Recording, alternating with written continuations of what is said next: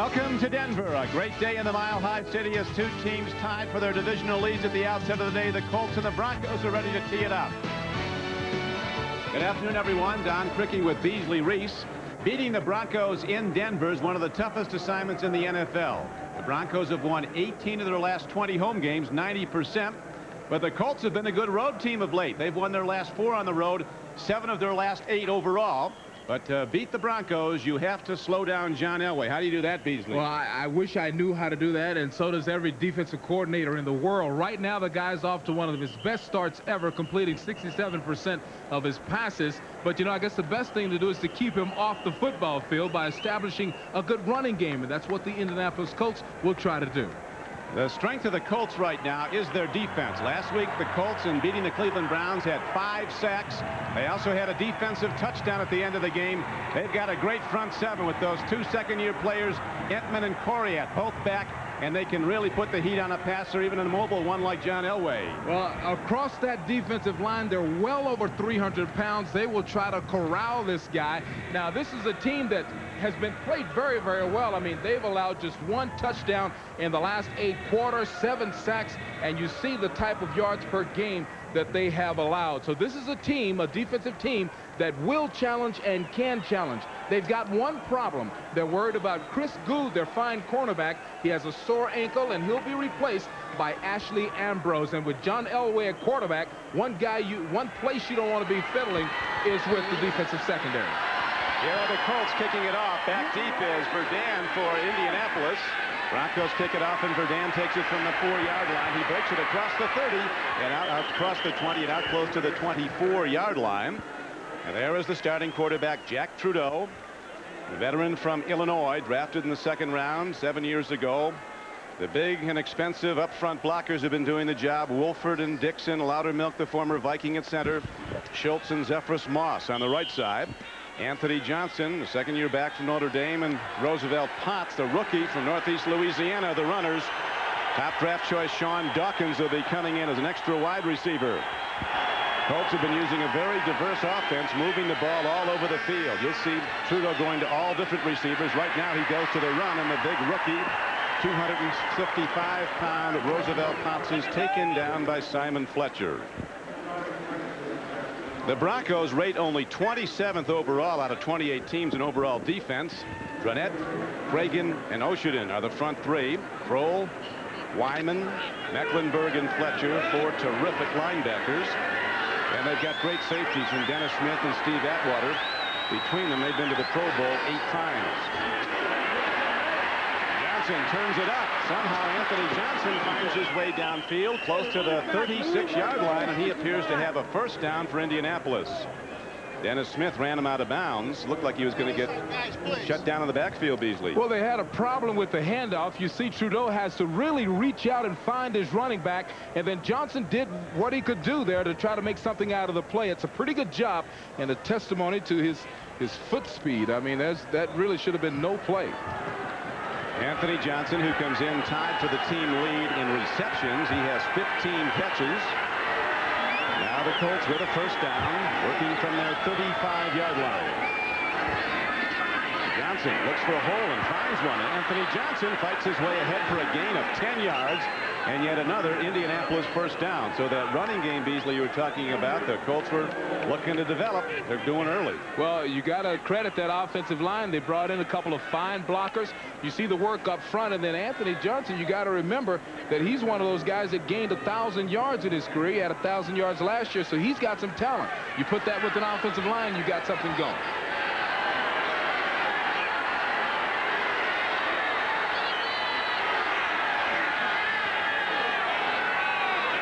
Johnson now comes in motion on the 1st and 10. They go to the run. Here's Potts, the big fullback, taking on tacklers. But they cut him down. He does gain almost 4 yards. He's close to the midfield line. Knocked down by outside backer Mike Kroll, who was a consensus All-American at Nebraska.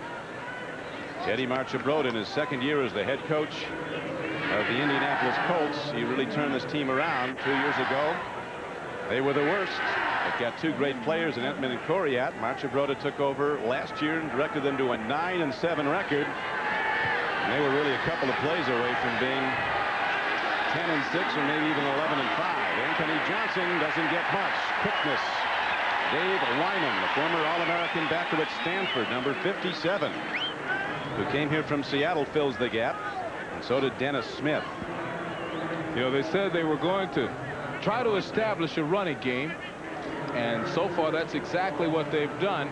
They've got some good running backs. A couple of those guys you may not know much about. Roosevelt Potts, a huge athlete. Really runs it hard, runs it well. So does Anthony Johnson. Big pass rush will be coming now. Third down. Trudeau needs 5. And the ball is slapped back at him. So the Denver defense, after the Colts move the ball, makes the stop at midfield, and Indianapolis has to punt it, and they'll do it with one of the very best in Ron Starr. Well, the defensive line did his job that time. It was Carl Mecklenburg getting the hand up and knocking the ball down. Did a super job. There is Glenn Milburn, rookie from Stanford. He's been terrific, a second-round draft choice. On start, 5 times a Pro Bowl punter, hits it very high. Well placed, and Milburn is forced into a fair catch, and he lets it hop very wisely, stepping out of the way, signal for the fair catch, then duck the ball, and it goes in for a touchback. So when we come back, the Broncos will go on offense the first time from their 20. Back efficiency ratings. Boomer Esiason off to the best start in the AFC, 111.5, followed by Montana, who was injured today with a hamstring injury, had to leave that game against the Raiders. Neil O'Donnell from Pittsburgh doing well, and so is Elway, right behind in the 4th position. Jack Trudeau grades out number 11, but one of the strengths of Trudeau is he's not a mistake maker. He doesn't turn the ball over in critical situations. Very savvy player, might not have the arm and accuracy some of the top-rated players have, but he's very solid. Elway now on a long count and first down. Here comes the big rush. Tip ball. It might have been picked off. Colts think they have it. Let's see what the official says. And this is where you want replay, but it's not here to be had. Eugene Daniel had the ball. It was tipped on the play by Michael Brandon. Well, let's take a look and see if we can find out whether or not this was actually an interception. You'll see the tip first, and then you'll see Eugene Daniel lay out. And it looks as if Eugene Daniel came down with the ball. Sure did. So the first break of the day goes with the Broncos. Running with the ball, running hard is Rod Bernstein, who's been under criticism here. Jason Belzer comes up and makes the stop, who's the leading tackler for the Colts. As we look at the Denver Broncos on offense, Gary Zimmerman, 3 times a first-team All-Pro tackle with the Vikings. Wydell, Karts, Habib, who's come in as a very expensive free agent. John Elway with Bernstein in the backfield. Bernstein ripping off a 9-yard gain, but he hasn't delivered the goods so far as a Bronco, averaging just 2.3 a carry coming in. Robert Del Pino gets his first call. We're told he's going to get a lot of work today, the former Ram. Number 39, a hard running back out of Missouri, and he gets enough, it looks like, for the first down. But a very interesting early decision. It looked like it might have been an interception by Daniel, but the official said no. Well, they got away with certainly a big one that time. Steve Edmond made a nice little charge. He got some penetration to stop that last play. Good job.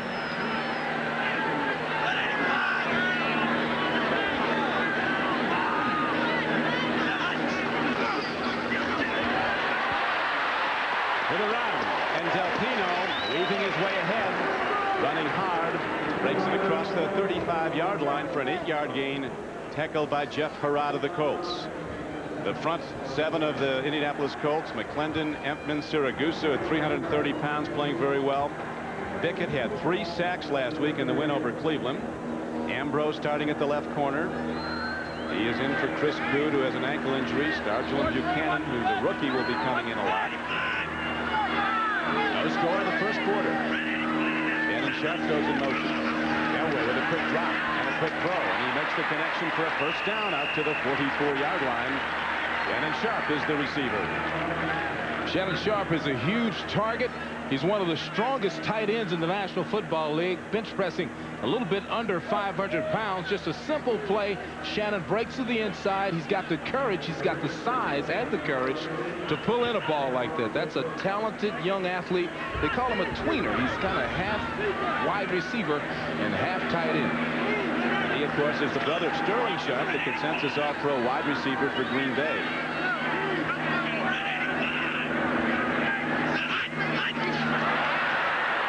Penalty markers go down. Elway on the run. Here comes the rush. Gusa closes in on him. Completed to Rod Bernstein. And let's see what all this is about as the penalty marker went down at the snap of the ball. Well, it looked like it was the Indianapolis defensive line that was offside. So if that's, in fact, is the truth. Offside. Defense on decline. There goes. First down. I'll tell you what, that was a complicated little play. And once again, John Elway shows what he's all about. You see the defensive line jumping. That's because Elway's got that big body and that big voice barking, making them come off sides. Now look at that little back pedal and then the power to just flick it back. And boy, Bickett even hit the guy. And Bernstein still brings it in and takes it up the sideline. Big play. Big play and a dangerous throw by Elway as he put it up, lofted it up. It could have been picked, but instead it goes for a first down gain. As the Broncos have now advanced inside the 35. Here's Bernstein, who for his career with San Diego has been a 5-yard-a-carry rusher. And the Colts remember him well. He really ran well against them at Indianapolis last season. San Diego winning its first game last season, then going on to win the division in the AFC West. You know, you say he ran well. He had 150 yards. I call that running well. He's 6'3", 238 pounds in his 7th year, and he's been under a little criticism. People are wondering where has he been, where he is really showing up today.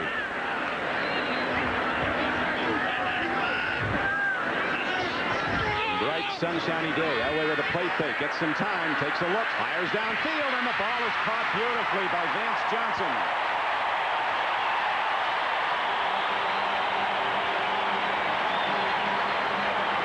Jason Belzer saves a touchdown for the moment. Well, John Elway had all the time in the world. That offensive line is doing a super job. Now, this is a veteran wide receiver just finding a seam, a spot in the defense with the courage to go up, catch the ball with nothing but hands. They're glad to have him back. Elway in his 11th year. Now the Colt fans know the old story. When they were in Baltimore, Elway was the top pick in the draft in '83. Said he would not play for Baltimore. And subsequently was traded to Denver. Here is the pitch back going to Rod Bernstein. He runs wide and gets inside the 5-yard line where Ashley Ambrose brings him down. So Bernstein, who's been under criticism, has not run well. And one of the things he said on a show here that didn't go over well, he said, well, in San Diego, I had a better offensive line. Well, that doesn't go real well in the locker room. But apparently all is forgiven. That's a nice little option play that really worked out well. Rick Venturi, defensive coordinator, living every play with his defense. The Colt defense being challenged now. Broncos inside the 5, 2nd and goal from the 3. Del Pino, he's in, and the Broncos take the lead.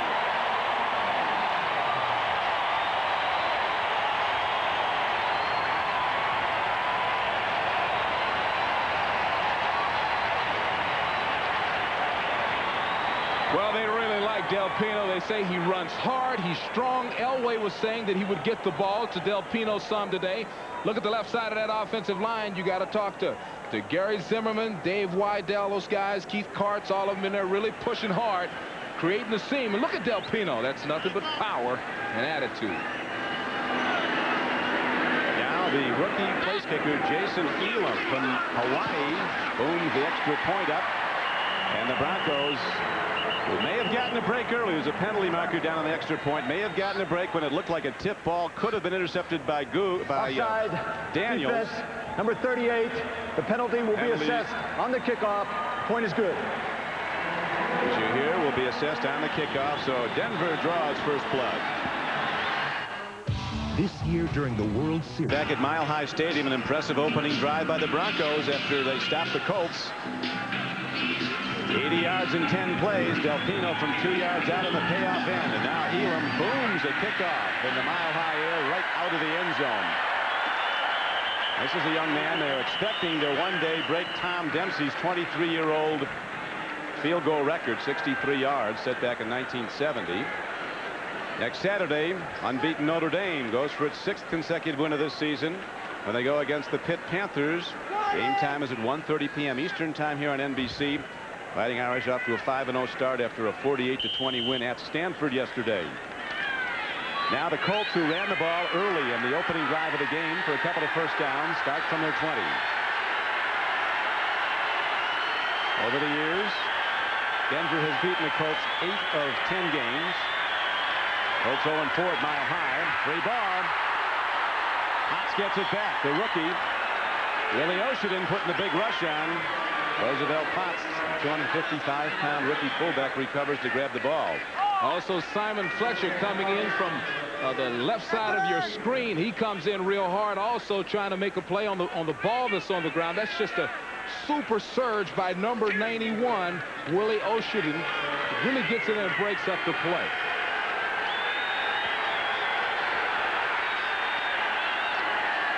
Anthony Johnson cutting in, bouncing out, and Anthony Johnson with some terrific running gets out across the 25-yard line. On a 2nd down and long play, 2nd and 12. He's not got a bounds by Atwater. I'll see where they marked the ball, but it looks to be for a gain of about 9 yards. This is a super running back. He's had big gains before. Look at the balance there. He's had big gains. He ran for 240 yards against New England last year, had over 1,000 yards. So this is a guy that a lot of people don't know much about. But Anthony Johnson's got some big-time talent. Weighs 223 pounds, 6 foot tall. Former co-captain at Notre Dame, Anthony Johnson. You see him splitting out wide. Sometimes he plays wide receiver. Trudeau's looking at him right now, throwing to Johnson. Looked like interference from Smith, but none is called. Well, the referee is saying that the ball was uncatchable. He showed that signal over his head, meaning the ball is uncatchable. It's the reason that there was no penalty there, because there was certainly contact before the ball got to him. Dennis Smith has been a great one for 13 seasons now. Former first-round pick out of Southern California, 5 times a Pro Bowl player for the Broncos. Ron Stark will be hitting a punt from deep in his own end. And Milburn is back. He could be in position to give a good return here. A well-hit ball. Tremendous hit by Stark. Milburn at his 28. He's a dancer. But he runs out of steps at the 33-yard line. Great special teams coverage. Back in a moment. Broncos head coach Wade Phillips. He wanted more rushing today. His team's not been running well, but you see they already have half their average production so far this season. Almost all of it Rod Bernstein. The rest Bob Delpino, who was in for the only touchdown. Delpino with a 2-yard touchdown burst to cap an 80-yard drive.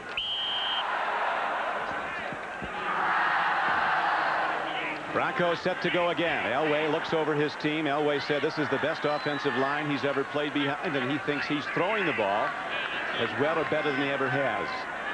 Jim Fassel, their offensive coordinator, calls it the take-a-profit offense as Glenn Milburn breaks it wide and turns it upfield.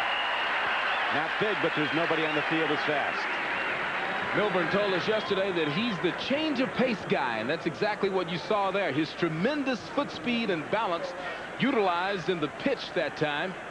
Boy, that's a talented guy, and he's a dangerous guy. He's one of the guys that Rick Venturi said they have to stop. They're worried about Milburn, and they're worried about Shannon Sharp, and of course every defensive coordinator is worried about John Elway.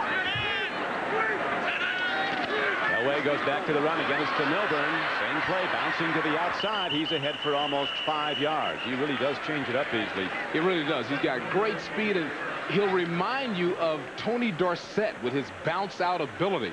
And that's a big statement I know I'm making. That it's a bad exchange here. You see him trying to re-grab the ball, or he might have really done some damage here. But that ability to start up and then bounce out quickly, that's what Dorsett did well, and that's what Milburn does well. Elway from the shotgun. Rush comes. He fires a fastball right to his tight end, Shannon Sharp, and he's ahead for a Denver first down as Quentin Coriat is in to make the pop, but way downfield. Now this is part of that new offensive system that Jim Fassel has brought here. 1, 2, 3 step and quick throws. it has improved John Elway's completion percentage, and you saw an example of it there. Denver in a hurry up, 11 yards in the last throw. Elway stands in, walks out to an open Glenn Milburn. He's at his best in the open field. He's ahead for 12 yards and another. Denver first down. Jim Fassel told us they'll use that hurry up at different situations. Now, last time that the Broncos were on the field, they were on the field for, the Colts were on the field for a long time, their defense. So this hurry up gets them tired, especially flying here to the thin air at Mile High Stadium. So they're using it now because the defense is tired. Here's a blitz. Elway reads it and throws the ball away wisely. There could be a late call there. Elway thrown to the turf, and the Bronco fans let the referee hear about it. Dale Hamer. No call, though. That might have been more of a trip up at the end. No, little push, little shoulder on the back. A little statement to say, I was here. Now Elway sets his team with 4 wide receivers in the game. From the shotgun at 2nd down and 10. Here's the rush, and there goes John Elway firing on the run. Derek Russell down to the 10-yard line. Great offense by the Broncos. See, that's another one of those John Elway things. He drops back. He's got plenty of time, doesn't see anything, but his unbelievable athletic ability. Did you see the spiral on that ball, despite the fact he was running almost full speed? That's what he does best.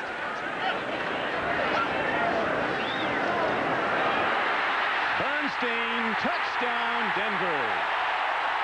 Broncos could be putting on a knockout punch early.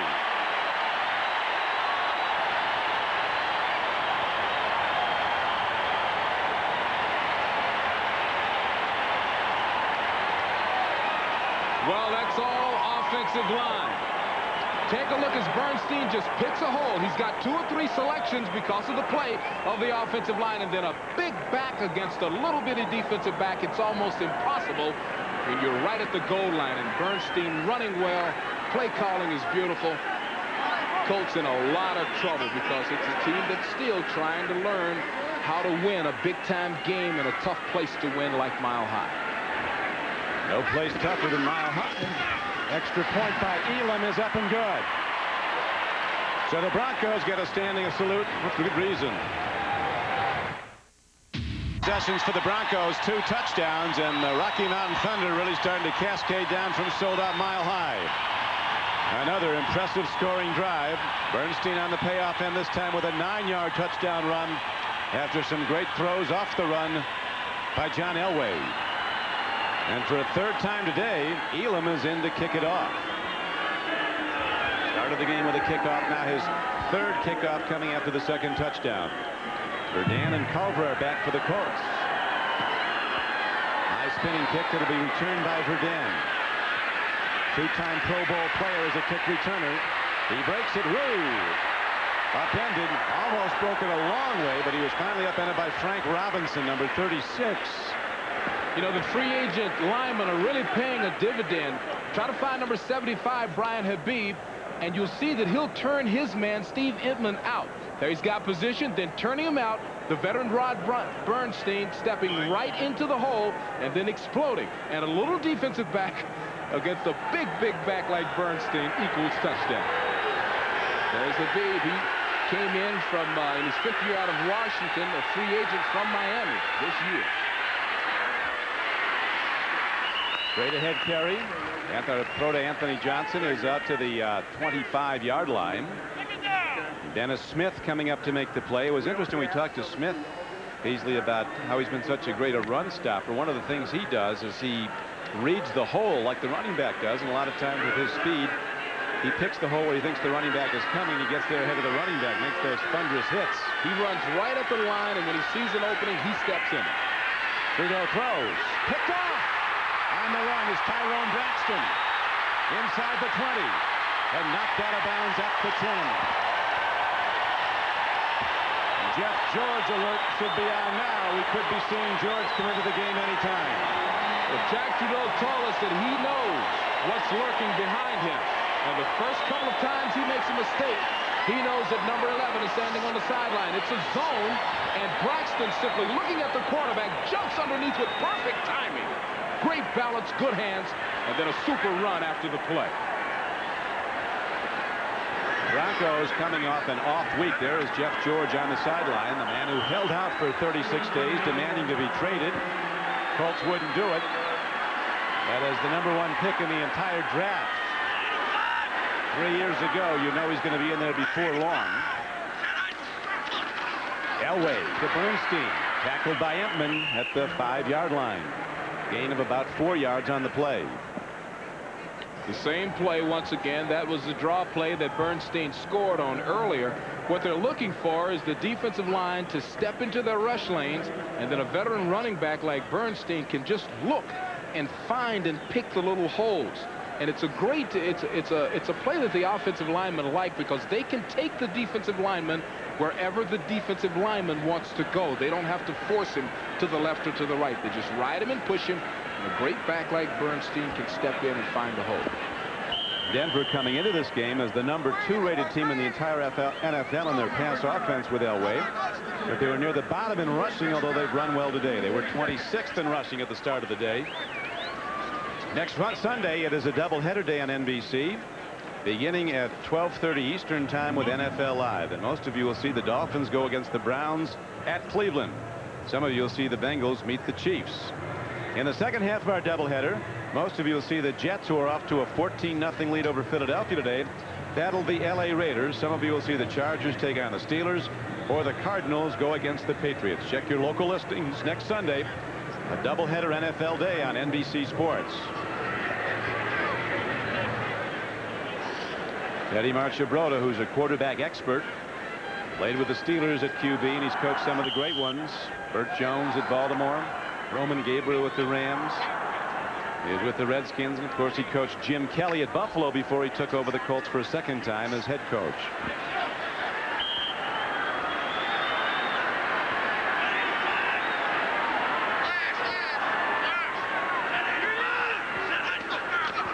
Elway swings it out. Bernstein breaks one tackle, and he's knocked down hard. There's a free ball, but they rule he was down, and it'll be 3rd down and goal from about the 3-yard line.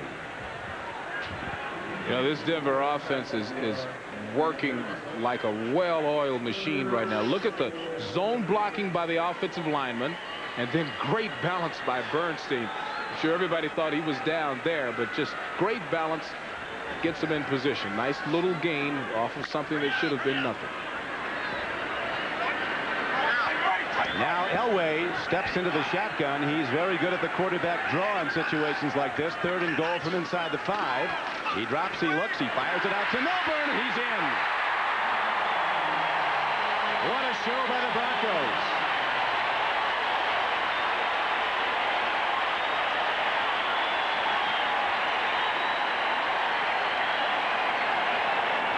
What a perfect example of speed and execution. The snap was so quick, the throw was so quick, and the breakout by Milburn so fast that the defense couldn't even react to it. That is execution at its best.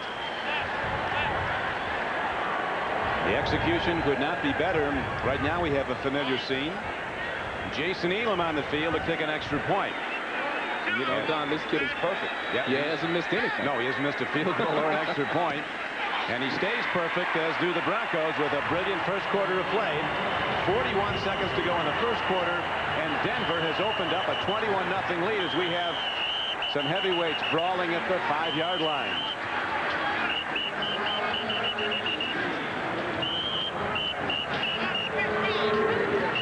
Order is restored. A brief scrimmage.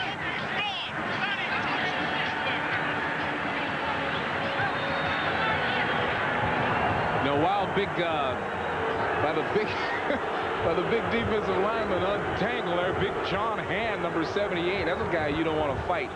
But while they head to the sideline, going back to the touchdown by Mr. Milburn, this guy is so quick and his hands are so good. See the setup? I mean, immediately number 22 disappears from your screen. The linebacker's assigned to get out to him, and it's almost impossible for Quentin Corriette. As fast as Quentin is, number 55, he's still not able to move with that young guy. And look at John.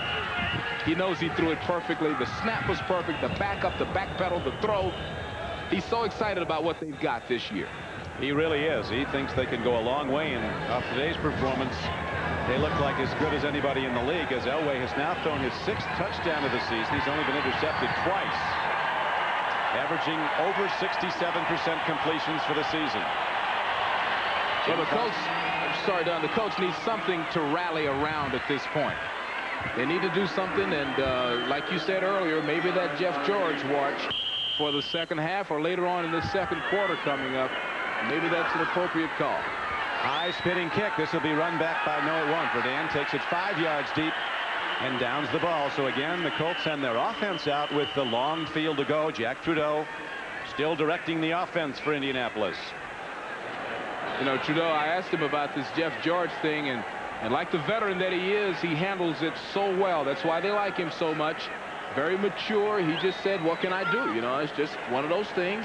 All I can do, he said, the worst thing that can happen to me is I go back to being the backup. So he's enjoying it while he's in there. Jeff George checking it out. He's been back now longer than he was away. He was away 36 days. He's been back for 40. So he's ready to play. Here's a blitz, and Trudeau is swept under. Mike Kroll, number 51, as fast as any linebacker in the National Football League.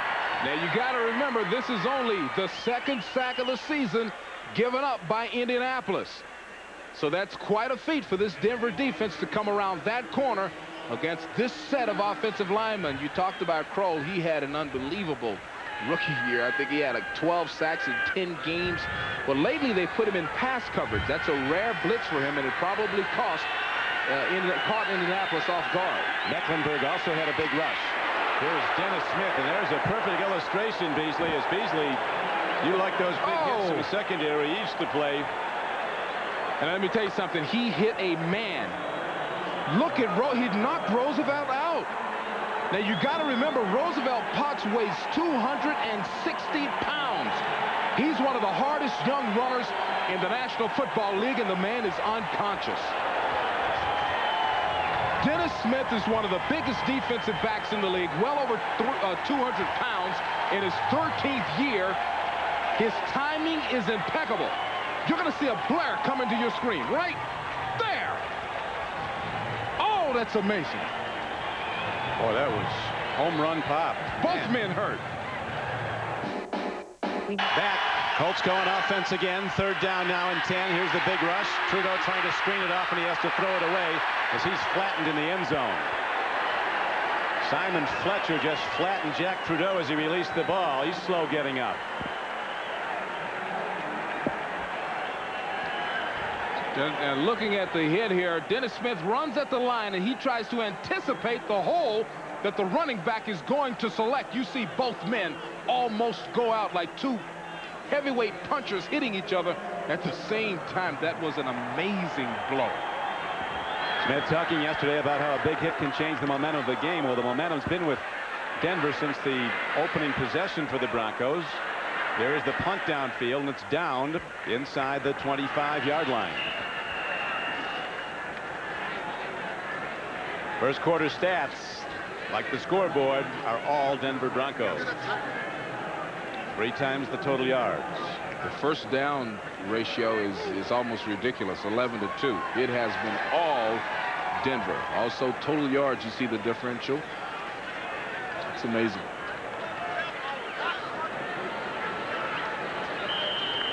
It's almost like Wade Phillips drew those stats up. That's that's the way you'd want to start out the first quarter. Broncos were beaten in their last game. You'll remember that Monday night game at Kansas City when they were beaten 15-7. Didn't allow a touchdown, but they did give up 5 field goals and lost the game as Del Pino, who scored the day's first touchdown, runs well to the outside. They're getting that bounce to the outside in the big yards. You know what they like about Del Pino is the way he runs. I mean, he runs so hard. Most guys would come to great blocking by the wide receiver Vance Johnson. Most guys would come down on that first hit. He still keeps those legs churning. That was a super play and good contribution by everybody on the Denver offense. Good blocking by the wide receivers. We're informed that Roosevelt Potts, who took that big strike from Dennis Smith, has a slight concussion, and it's questionable whether or not he'll be back today. You know, you see him looking around right now, looking at the ground, looking all around him. When you have those concussions, and I've had them, the medical staff ask you, what's your name, what town are you in? They ask you questions like that, and you give the wrong response, and you sit down for the rest of the day. Broncos having a great day rushing the ball. Delpino with that last carry has gained 21 in 4 carries.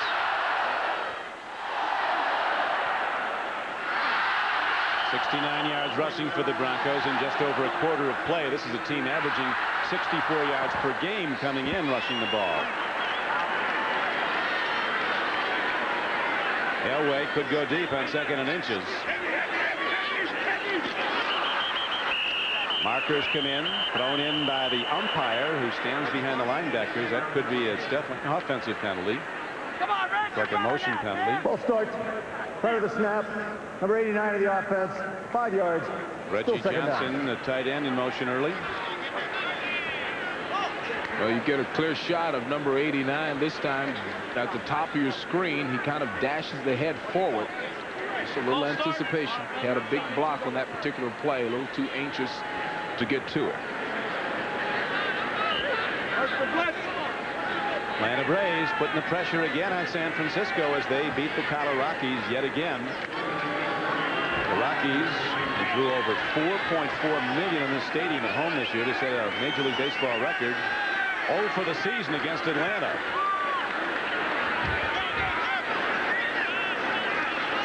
Elway on 2nd down and 5, eludes the rush. Here's a marker, free ball, and Elway's hit hard. Knocked down at the 23-yard line. Willie Pegues getting pressure on. Elway was looking towards Derek Russell. Siragusa, 330-pound defensive tackle, puts pressure on up the middle. Elway told us he was concerned about those big pass rushers, Entman and Siragusa, crushing the pocket. They're so powerful. They did there. Holding. Number 79 of the offense. 10 yards. Repeat 2nd down. Dave Waddell. You know, Waddell, you can see him there on the left side of your screen, and that happens so often when a quarterback has to run and move around. That was a body tackle. You know, whenever the quarterback comes out of that true pocket, sometimes it changes the leverage that a lineman has, and he has no choice but to grab something. And he grabbed number 7, and that makes it 2nd down and 16 for the Broncos. Take the draw to Milburn. Now Elway throwing on the run. What a throw to Milburn. He's in the open field, and he crosses the 35-yard line, and another marker comes in. Ashley Ambrose, starting for the injured Chris Good at left corner, made the tackle. Holding on the defense.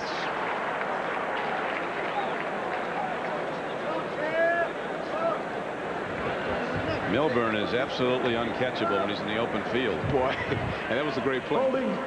Defense. Number 45. And recline. 1st down. Tony Stargell called for holding.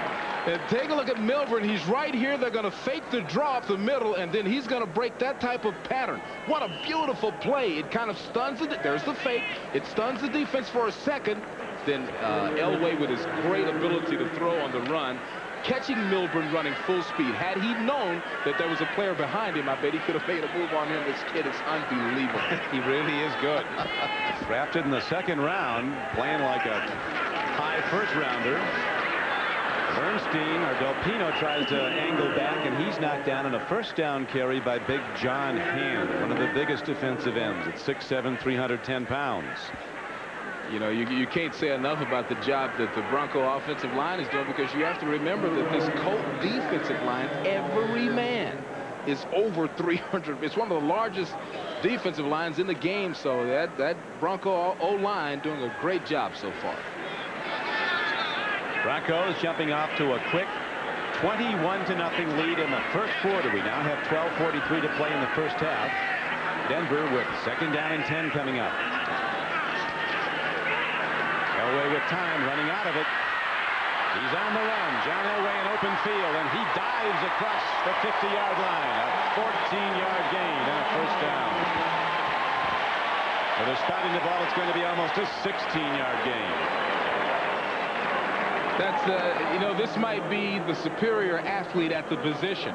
Everybody talks about Steve Young. They talk about Randall Cunningham. But this guy has all the speed in the world, all the balance. Now, he knows he's in trouble. Now, watch him take off right here. Now, that's when he starts just striding the good speed and the heady dive forward. He's a big kid. I mean, he gained about 6-7 yards on the dive. He's a big man.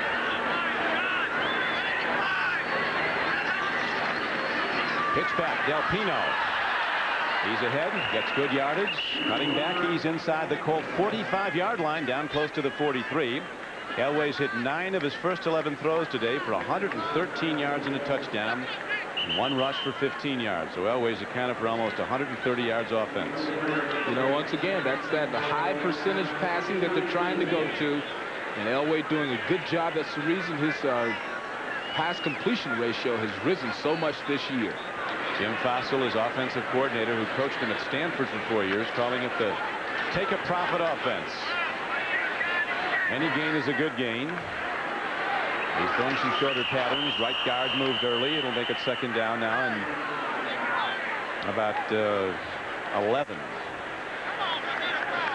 Start of the snap. Number 75 of the offense. 5 yards. Still second down. Yeah, it's almost as if he heard the wrong snap count, because that wasn't a lean or a little. He exploded off the line. Watch the left side of your monitor. It's like he had the wrong snap count. It's interesting. You look at those passing stats, Beasley.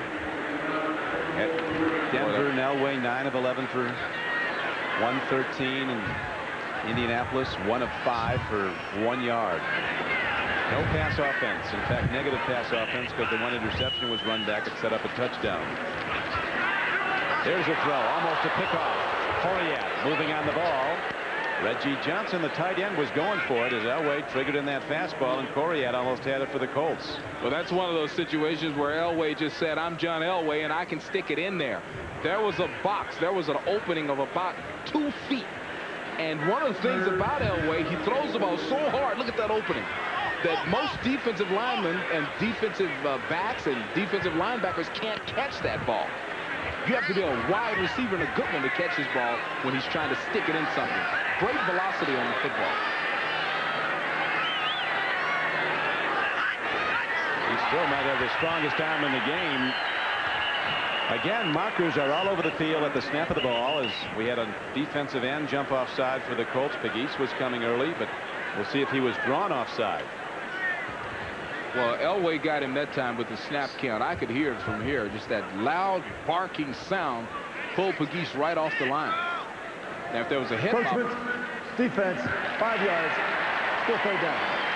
He's one of the best at it. Broncos playing a perfect football game. See, you heard it right there. That hike, hike.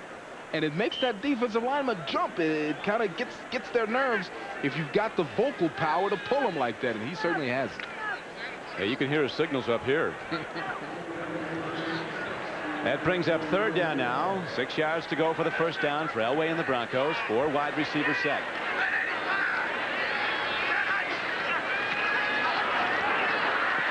A throw, and another terrific play by the Broncos is Derek Russell, who Elway calls a tough guy who's making plays more and more.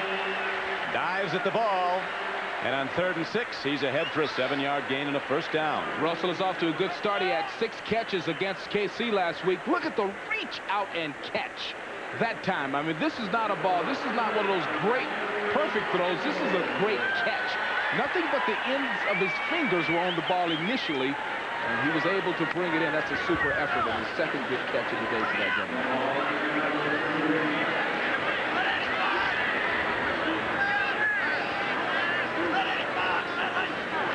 Elway putting it up again on first down. Another throw, another catch. Gain is short, but it is plus yardage down to the 36-yard line. Del Pino stopped by Bickett after a gain of 3. Now, these are super plays they're calling. A lot of play fakes. Putting people in motion, it confuses the defense. When people go in motion and their play fakes, run fakes, you start moving your eyes around a little bit, and you kind of lose sight of where everybody is. Broncos have not punted the ball in the game. First 3 possessions, they scored touchdowns to take a 21-0 first quarter lead. That's how it stands now with 9:15 to go in the first half. Kempman fighting off the blocker and stuffing the ball carrier. Bob Del Pino.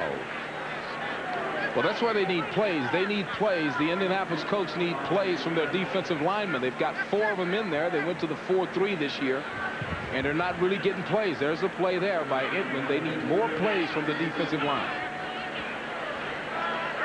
Another thing we have to start watching for is that 5th guy. Defensive coordinator Rick Venturi says that he'll use the 4 and then blitz that 5th guy. We'll look for that. Elway, a tough guy to blitz. Here comes a blitz from the safety. Downfield throw. They thread the ball to Shannon Sharp between 2 defenders. Belzer was there and Ambrose was there, and yet Elway, against a blitz, delivered the ball perfectly. You know, they had a safety blitz. I talked about the 5th guy, number 36 blitz, and what a throw! And it was almost picked off by Ambrose. He was lying in the corner, laying and waiting, and almost got a hand on his coming back. See him coming back? He almost got. That's a super throw. That's the only spot that ball could have been placed and caught. Brings the ball down to the 22-yard line. Bernstein. Inside the 20, they'll spot him at close to the 17-yard line. Knocked down by Siragusa. You know, there wasn't much there, Don, but that was hard running. He landed on 1 foot and still pushed himself forward for another 2 yards. So Bernstein responding to the call. Today he's having a super day so far. He really is. He's got something to prove. He worked Del Pino a lot more into the weekday workouts and more into this game today. And Bernstein looking like he did at San Diego in recent years, and he was one of the best. Pitch back. Bernstein again. Penalty marker down. As Bernstein is taken down at the 14-yard line. A gain on the play of 5 yards, but again a marker in the Bronco backfield. Stops the clock with 7:18 to play, first half. Wade Phillips doesn't like that call. Well, there hasn't been much for him not to like today, though. He should be smiling. Illegal formation on the offense. Number 68 was not on the line of scrimmage. 5 yards. Repeat, second down. Well, you know, sometimes those guys line up a little too far back. It's just a little oversight. And that's what happened that time. Russell Freeman, the right tackle. You see him off the line on the right side. Yeah, the right side of the line is bowed back too far. That's the reason for the call.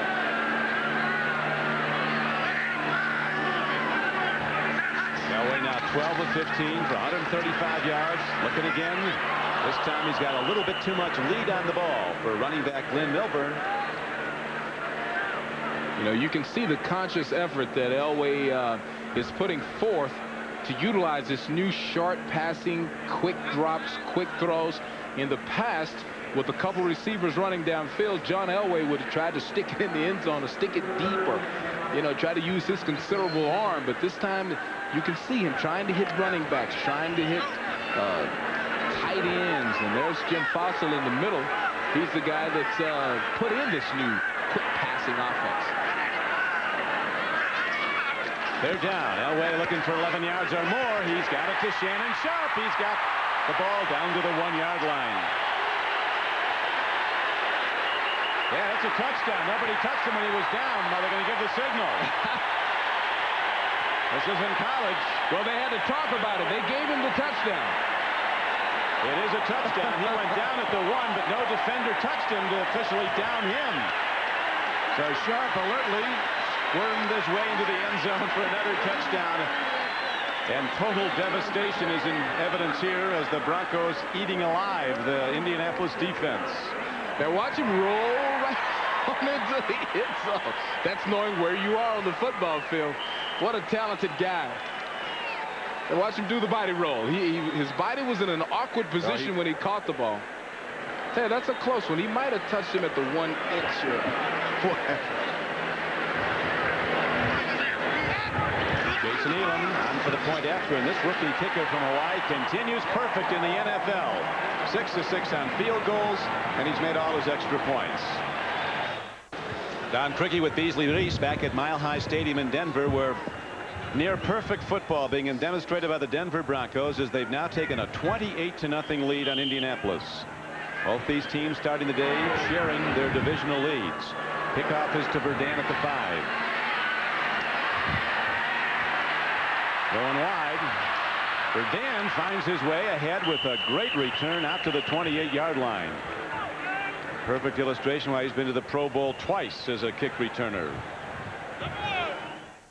ABC is brought to you by Mazda. Mazda, it just feels right. By Speed Stick Deodorant and Speed Stick Antiperspirant, the #1 for movers and shakers. By ITT. When it comes to building businesses, at ITT we're adding more than just our name. And by Pizza Hut, who reminds you that anytime's a great time to stop and smell the pizza. The total yardage certainly showing the dominance of Denver. The scoreboard showing it even more. 28-0. That's amazing. Anthony Johnson, one of the few bright lights for the Colts on offense. He's made 4 good plays today. Gets ahead for a 6-yard gain. One good sign is that Roosevelt Potts is back in the game. Yeah, Number 42. that's a real good sign. The guy that Dennis Smith knocked out for a moment. Made a nice block that time for Anthony. There's the big guy. You know, as big as he is in the school that he played at, he didn't play at major college, Northeast Louisiana. Nobody probably ever hit him like that. Here comes a blitz. They go to the run. Potts thrown back. Kyle Mecklenburg leads the charge. He's having another terrific year. Every season seems to be one for him.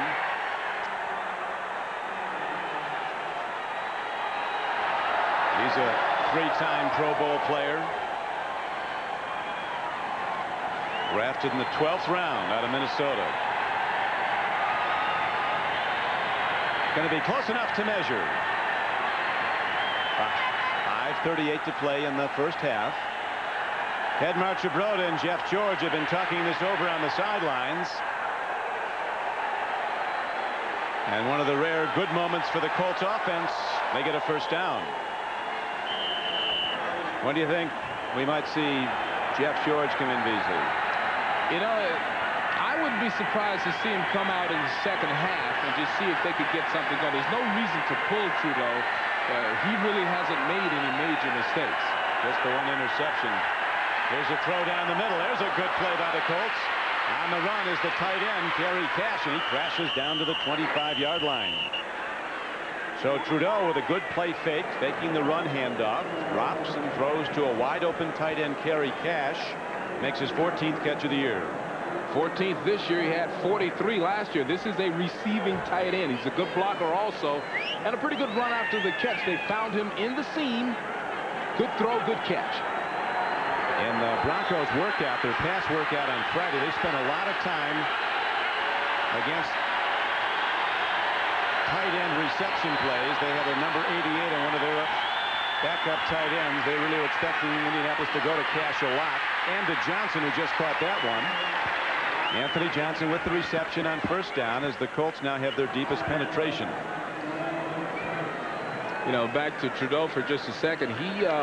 There's really he hasn't done anything that would make a coach say, let me get this guy out of here and bring my other guy in.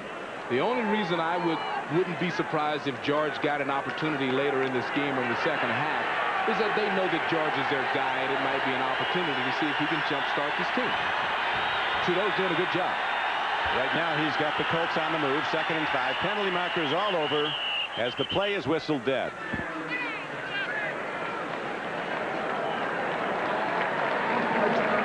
Back of the snap. Number 67 in the offense. 5 yards. Will Wolford, the $3.75 million a season left tackle, who's been one of the best in the NFL during his career at Buffalo and has certainly tightened up the pass blocking. There was concern that Will might not be able to go today. He had back spasms and missed practice late in the week, but he's been in there. He's got 6 thoroughbred racehorses. You have those things when you're a rich offensive lineman. He's from Louisville. He's from horse country. Played at Vanderbilt. Trudeau. Nice throw. Anthony Johnson down the sideline, spins and goes out of bounds at the 17-yard line, just short of the first down. Lilo Lang was the guy that Howard drove him out of downs along with Darryl Hall. It's good secondary play all the time by this unit. Two of the best safeties in the league. Quarterbacks are good and consistent.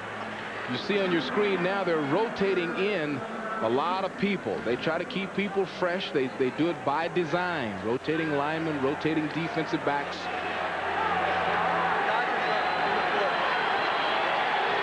Third and a yard for Indianapolis. You see the power set. Second back is Culver, and he dives inside the 15-yard line, and he has a first down for the Colts. Big Roosevelt Potts, the lead blocker that time, and good decisions by Culver, working on the interior, but a good lead surge by Potts.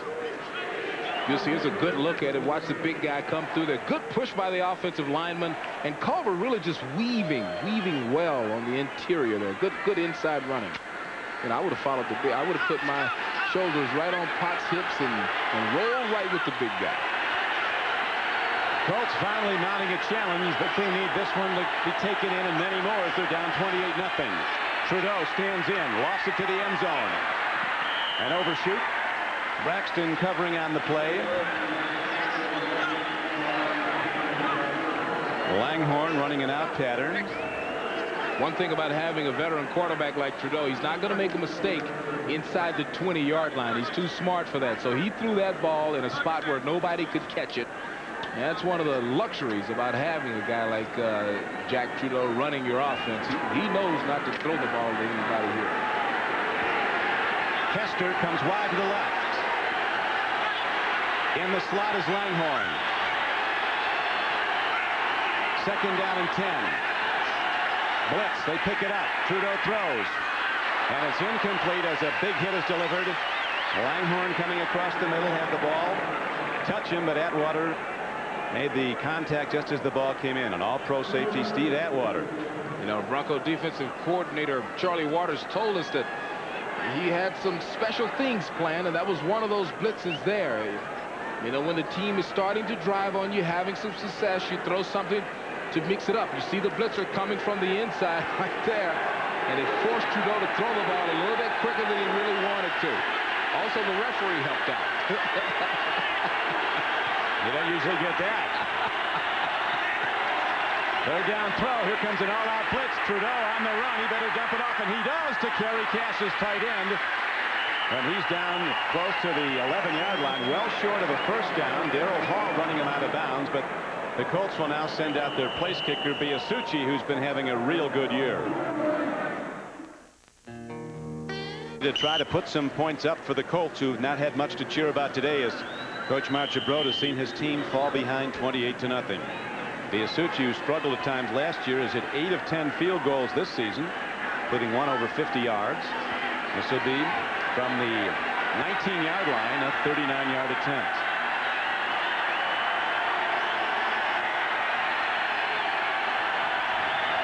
On fourth down and 8, Colts electing to get points and get something out of this drive, which they do. Better than nothing, but they're still down 28-3. This year during the 1:53 to play in the first half at Mile High Stadium. Don Criqui with Beasley Reese. The Domino's Pizza NFL Live halftime report is coming up shortly with Jim Lampley and Mike Ditka. Right now, the Denver Broncos looking like they might be ready to make another trip to the Super Bowl if they can keep up this level of play, although the road has been their nemesis. They have last season won only once on the road. That was at Cleveland. Over the last 5 years, they've won 14 on the road and lost 28. But here they are dominant.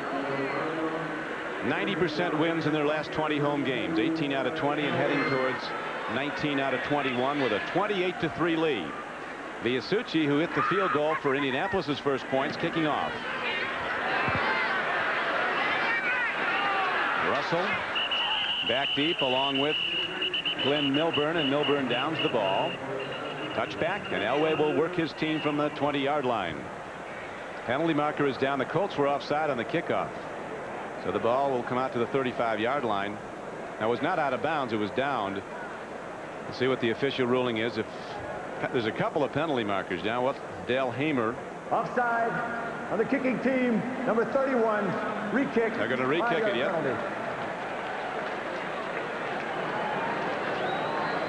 And see, that's another one of those strategies by Wade Phillips. Sometimes you just let that one go and take the ball when you're leading like you are, but they know they're at Mile High Stadium. Air's a little thin. Those guys are a little tired. So he'll make some of their starting linebackers and defensive backs run another 40-yard sprint, 50-yard sprint. Well, he talked about that. That was interesting, Beasley, when we were talking to him about there's more than a psychological advantage of coming into the night. So guys start to wear down in the fourth quarter that come in here. And he's helping him do that. Of course, now in the NFL, if a kickoff is out of bounds, it is immediately placed at the 35-yard line of the receiving team. Ball down in the end zone, and the Colts elect, the Broncos elect to have the Colts kick it again. So it'll be from the 30-yard line, positioning Milburn and Russell in good position to run it back. And it guarantees them that they'll get a run back, especially when you've got Glenn Milburn back there. So two things at work here. They'll get Milburn to run, and they'll force the Colts to do something they don't want to do at Mile High Stadium. That's run another 60-yard sprint full speed. And I'll tell you this, with 1:53 to go, and the way Elway has been throwing the ball, and this offense has been working, there's plenty of time for the Broncos to score yet another touchdown. They scored touchdowns in their first 4 possessions of this game. Terrific kickoff by Biasucci, and Milburn is going to down the ball, so we'll start from the 20. Have been absolutely perfect. Take a look at their first half possessions. Every time the result is the ideal result, a touchdown. So those Denver Broncos off to one heck of a start, and just absolutely perfect, especially on offense. That Indy start you saw there, that was just before the Trudeau was intercepted, which subsequently turned into yet another Denver touchdown. Elway's thrown for 2 scores today.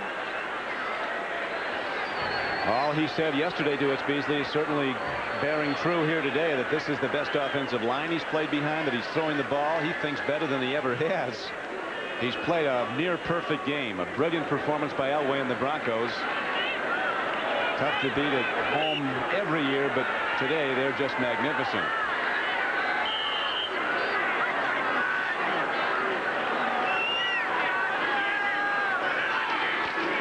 For the run, Milburn. He does not have the size to break tackles, but he's got the speed to elude them and to make tacklers miss. That time the strong safety, John Baylor, got him.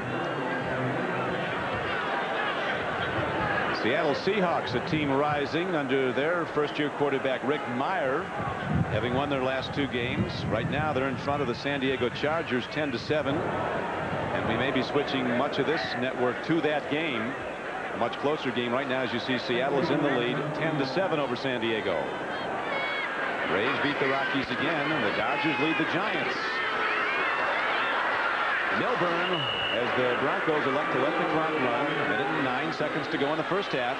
Milburn running back and forth and getting some yards. San Francisco playing some great ball, Beasley, beating Minnesota 21-9.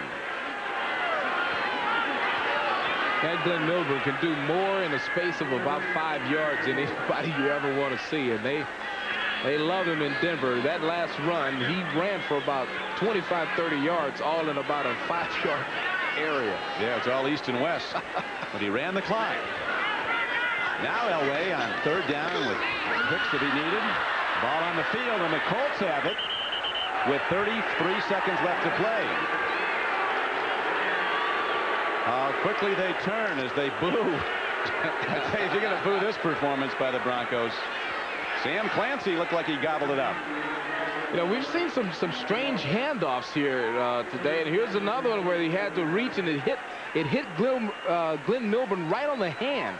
I would fault Milburn for that one. It looked like the pocket was too closed. His arms weren't high enough.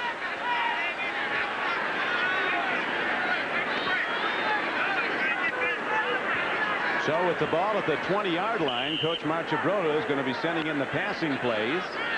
33 seconds left to go. Colts with their full complement of 3 timeouts. How many plays can they get out here? Here's the first one. A throw. A good strike down to Cash. They'll call timeout at the 7-yard line. 26 seconds left. Well done by Indianapolis. Langhorne over the middle. And when you catch a ball over that middle, that particular middle, you are a brave person, because you know that Atwater's back there, and you know he's going to envelop you. There's another big hit. And it takes a lot of nerve to catch this ball. First of all, he had to wait on it. And then that Dennis Smith will simply try to give you a... Both of them, they're two knockout punchers at safeties. Oh, realignment they'll try to give you. Atwater, 27, has been the first-team All-Pro player at free safety for the last 3 seasons. Now in his 5th year out of Arkansas, he was the 20th player picked in the first round when he came out. 3rd defensive back pick. He's been great. You know, you wonder how many years Dennis Smith could take that type of punishing. He's in his 13th season, and still those 2 safeties are just probably the toughest 2 in the game when it comes to dishing out the punishment. Dennis Smith at USC was in a Hall of Fame room. His roommates were Ronnie Lott and Marcus Allen. I mean, you're not talking about All-Americans. You're talking about 3 guys who are going to end up in the Hall of Fame. It's a great group. Here they come. Blitz. Trudeau looks. Incomplete. 23 seconds to go. First half. Clock stopped. There's Atwater coming that time from his free safety position, and man, did they put a lot of pressure. Charlie Waters said they were going to do a lot of things like this, and look at everybody's coming. Smith is coming also. Both safeties came that time. Trudeau, who has struggled against this Denver defense early, getting his team now some good throws. They got him in field goal position the last possession. Be a huge lift for the Colts, who have a history of coming from behind under Marchibroda if they could score a touchdown. Here's a throw and a catch. And out of bounds at the 3-yard line. Oh, they're ruling the clock is running, so it's down to 15 seconds and now stopped.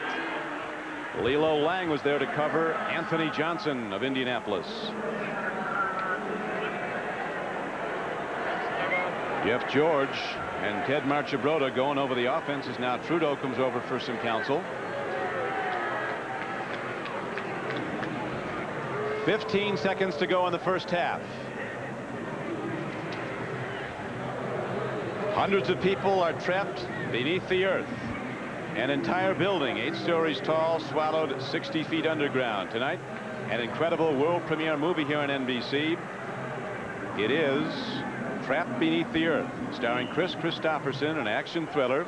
It comes after an all-new eyewitness video and Sequest. That's all tonight on NBC. There's the Denver defensive coordinator, Charlie Waters, the designer of that all-out, everybody meet at the quarterback blitz that we just saw. He told me before game time, I played with Charlie with the Cowboys, and so he gave me a little information, told me he had some special things planned, and we just saw one of them. Let's see what special things the Colts might have, and certainly the Bronco defense has something special called an all-out blitz coming. Here it comes. Trudeau throws into the end zone, wide open for the touchdown. It's the tight end, Kerry Cash. Terrific job by Jack Trudeau. Waiting to the last possible second in the teeth of an all-out blitz. And Ted Marchibroda says we now have something to cheer about, and they do. Somebody had to be open. Everybody blitzed. Now, I'm sure they anticipated the tight end blocking, and he did not.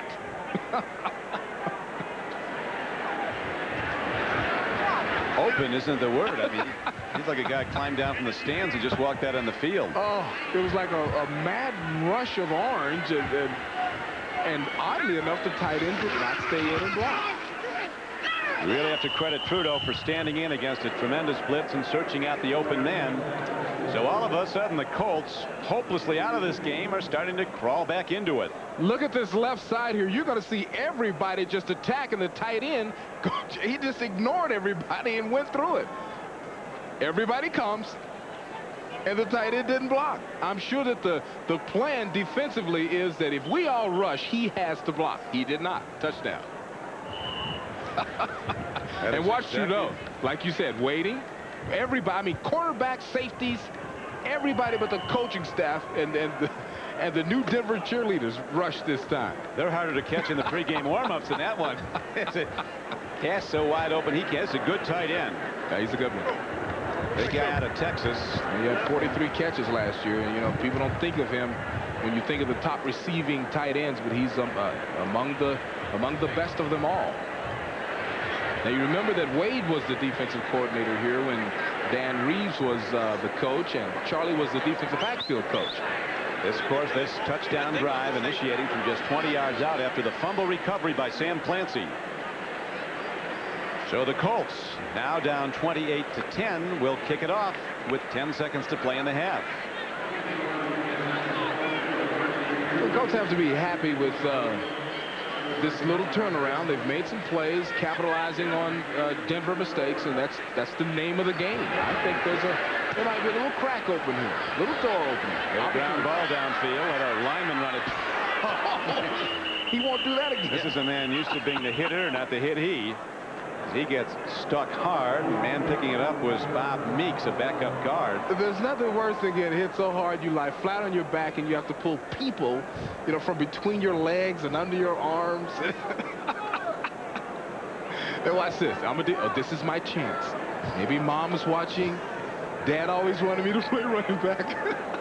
It's for sure one guy that was watching was the linebacker Paul Butcher, number 53, who's been a real good special teams player for the Colts. His helmet is stuck. Yeah, that might be on there for the rest of the evening. To pry that off. Look at there's blood on his arm. He's gonna have to get somebody's gonna get a stick and get it under the helmet to pry it off. Talking about so much for this glamour about running with the ball. I'd rather block people. Now Elway will go into the defensive posture. He'll down the ball to run out the clock. With 5 seconds to go in the first half. The Domino's Pizza NFL Live halftime report is coming up. Interesting day in week 5 of this NFL season as Elway and the Broncos leave the field with a big lead, but certainly not close to what it was as the Colts rally with 10 straight points to close out the first half. Join the family, relax, and have a seat. Boise Furniture. Okay, ready? You want to buy something. Here's how to find it. The U.S. West Direct Yellow Pages. Or maybe you're in business. Good. Here's how you sell things. Let's clarify. You're a buyer again and there's something you want. No, really want. Where do you look? Whoa, fast learner. Now, being that this is, in fact, the great U.S. of A., if you want to buy something, at the farm, somebody wants to sell it to you. And how do you find each other? Amazing. Where to buy, where to sell. U.S. West Direct. You're watching KTVB, Channel 7 in Boise, Idaho's news channel. Domino's Pizza NFL Live Halftime Report. Brought to you by Domino's Pizza, where you always get great pizza, plus something for nothing. We welcome those of you who watched the Denver Broncos score 28 points in the first half. John Elway with 13 of 17 in a big day, but 95 yards rushing for Denver, Mike, and a running game for them is maybe even more beneficial to other teams in the league. Well, they're running a good offense now. It's balanced. John looks like he's very comfortable. They're going to be tough, really. They're a good football team. They're a lot better team, I think, than people gave them credit for being going into the season. Hoping to get to 3-1 and join the Chiefs atop the AFC West. Meanwhile, in other games that are going on right now, the New York Jets and the Philadelphia Eagles are into the third quarter. It's 21-14 Jets. Boomer Esiason, 3 TD passes. Randall Cunningham went down with what appears to be a badly injured ankle. We'll keep you up to date on that. New Orleans has a 13-3 lead over the Los Angeles Rams at halftime as the Saints try to win in Anaheim for the 7th consecutive year. San Francisco 49ers erupted offensively in the first half. 21-9 leaders over the Minnesota Vikings at halftime. Vikings made it closer with a safety in the last 2 minutes of the first half. Seattle leads San Diego 17-7. Rick Meyer went down with an injury. No confirmation yet as to how serious it is, but shortly after Meyer went out, Dan McGuire threw a 15-yard touchdown pass to Brian Blades. Earlier today, the Kansas City Chiefs welcomed the Raiders to Arrowhead Stadium and pounded them 24-9. It was the much-anticipated Marcus Allen debut and return against his former teammates. Early, using Allen as a decoy, Joe Montana found offensive lineman Joe Valerio, an eligible receiver, though wearing number 73, for the 1-yard touchdown that made it 7-0 Chiefs. Second quarter, and this could be the pivotal play of the Chiefs season. Montana on the run, heads for the sideline. He's well out of bounds when Raider linebacker Aaron Wallace pulls him down from behind. Montana limped off to the Chiefs locker room with an apparent hamstring injury. We'll learn more tomorrow. Dave Craig took over, handed to Allen, who took it in from 4 yards out for his 100th career touchdown. It was 21-3 at that point. Al Davis not terribly pleased. The Chiefs go on to a 24-9 win. Encouraging for Kansas City, but you pointed out many times they won't be the same team without Joe. No, their fortune's going to go as Montana goes. If they get him back, they'll be a good football team, and I love David Craig. He's a great young man, but they're not the same team. There's a different chemistry. You got to have Joe in there to make it work. All right, take a look at what happened in Texas Stadium, where the Dallas Cowboys got to 2-2 and looked all better now. 36-14 winners over the Green Bay Packers. The Packers slipped to 1-3. Troy Aikman, the story, 18 of 23, 317 yards and 2 TDs. Tampa Bay gets its first win of the season, 27-10 over the Detroit Lions. Reggie Cobb matched Barry Sanders today, both of them over 100 yards rushing. Good day for Craig Erickson, and Andre Ware didn't get the job done for Detroit. He was lifted in favor of Eric Kramer. And the Chicago Bears beat Atlanta 6-0 as the Falcons slipped to 0-5 with a bye week coming up under coach Jerry Glanville. And Dave Wanstead's Bears get their second win in a row over a winless opponent. Atlanta failed on 4th and 6 for the Bears, 13 in the closing moments.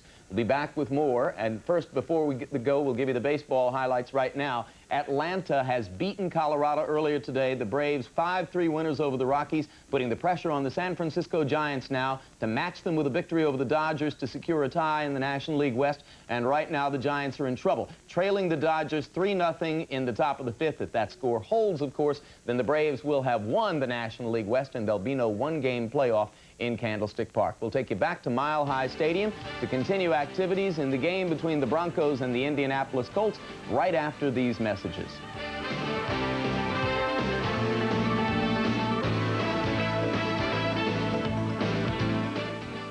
An all-new Action Sunday. First, on Sequest, the future's most dangerous criminal has escaped from his cryogenic chamber. I want a deck-by-deck search immediately. Now he controls the Sequest. Activate launch sequence.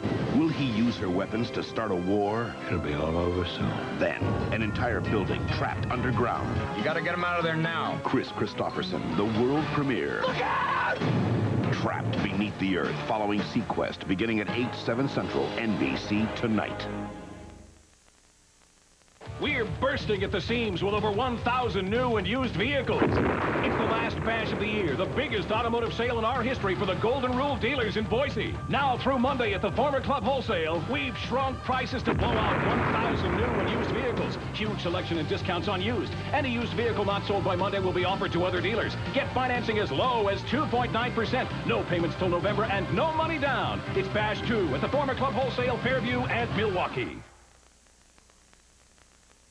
Ed Vining and KTVB in Boise, Idaho's news channel. 28-10. Don Criqui with Beasley Reese. A great show by John Elway, as today he has completed 13 of 17 throws for 157 yards. He's thrown to 6 different receivers.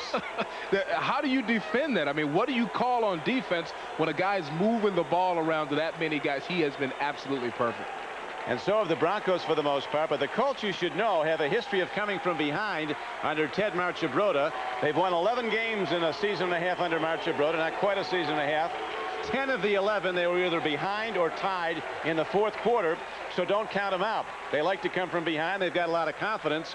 One of the great plays today, and there were many, particularly for Denver, was a throw to Shannon Sharp. You know, Shannon Sharp is a big guy. He told us when he's going against a defensive back, he wants to use muscle. He threw a little DB out of the way, cut on the inside, and even though his body was in an awkward position, he was smart enough to catch and roll for the touchdown. And then you had to admire the way Jack Trudeau stood in under the rush. This is the touchdown just before halftime after the fumble recovery. Cash is wide open. All-out blitz. I'm sure that Denver was expecting Cash to have to block. He did not block and ran by himself into the end zone. The Coors Light Silver Bullet halftime stats. You see Denver with just about a double offensive yardage production, 251 to 126. You know, that key stat down about the first downs, I mean, that's the thing that keeps drives going. Passing yards, they are superior. Total yards, they are dominant. And then another big one, which Indianapolis needed in the opposite direction in order to stop a guy like John Elway, is the time of possession. Broncos will, now you see Trudeau warming up that right arm. Both he and George played at Illinois. Jeff George also played briefly at Purdue until they went to the wishbone. Got the NFL training he wanted. He went to Illinois and came out after his junior year to be the #1 pick in the draft. A lot of people are really down on George in Indianapolis, and certainly there's reason to be after his holdout demand to be traded, but this guy has got huge ability. When somebody like Marcia Broda, who's coached Burt Jones, Roman Gabriel, and Jim Kelly, said Jeff George could be better than all of them, you know it's big time potential. Right now, though, very important for the Denver team is move the ball, and for Indianapolis on the other side, you got to stop if they can on defense. Broncos, as Milburn will down the ball in the end zone, went to touchdowns on their first 4 possessions of this game. If they come out and take it down the field again, it might be a lights-out day. This is the absolute biggest possession for the Denver Broncos. Now look at what they did in the first half. Started out on the 20 touchdown, on their own 33 touchdown. Indianapolis on their 9 steal touchdown. It has just been amazing. Down at the end, you see there were some problems. 1 turnover as momentum switched just a little bit, but by and all, Denver's been amazing. They really have, and here is a handoff. Del Pino turns it up. He meets a lot of Colts. Indianapolis with big, tough people up front. McClendon, Entman, Siragusa, and Hand across the defensive front. Harrod, Coriat, and Bickett back the line. And Rick Venturi coaches all of them. You know, this is it. This is it for the defense. They have got to stop the Broncos, and they got to stop them right now. Now, you know that Venturi went in the locker room, said, here's what they're doing, and he's got to sell it to the defense. He's got to be a salesman, and here's what we'll do to stop them. And now he's got to make it work. Right now, they have a 2nd and 8 play to try and stop. John Elway has wide receivers to either side. Here's the rush. They get Elway, knock him down back inside the 20-yard line, and that is the first sack of the day for the Indianapolis defense. And Skip McClendon, a former Cincinnati Bengal, was the guy who broke through and got him, number 95. Well, you can see the action on the line. It's got just a kind of a side swat with the right hand. As Elway is flushed, he falls in to make the sack, and you must remember that's only the 4th sack of the season given up by the fine offensive lineman for the Denver Broncos. McClendon, another of those 300-pounders you were talking about, Beasley, in the defensive front. He's out of Arizona State. Now Elway needs 10 on a 3rd down throw. Here comes the rush. A blitz. Elway eludes it. Looking downfield, Elway's going to run, and he's going to get the first down. Beautifully done by John Elway.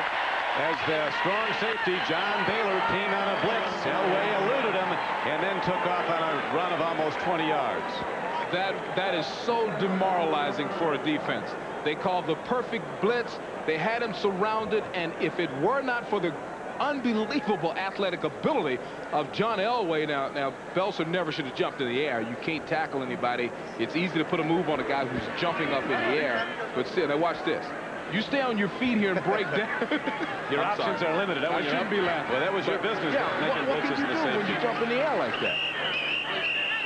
During your career with the Cowboys and Giants, also some time at Tampa Bay. False start. Offense. Prior to the snap. Number 75. 5 yards. Still first down. Very few athletes are at their best in the air, other than maybe Michael Jordan, huh? Unless you're Michael Jordan or Superman, you need to. He's good in the air, yeah. Yeah, he's got some stuff in the air. He's got some air ability. But, yeah, maybe Michael could have stopped and came back and got Elway. Tremendous play by John Elway. Take a look one more time. You stay on your ground, stay on your feet, force him to the inside where all your help is, and you make a tackle. Instead, with John Elway's running ability, first down.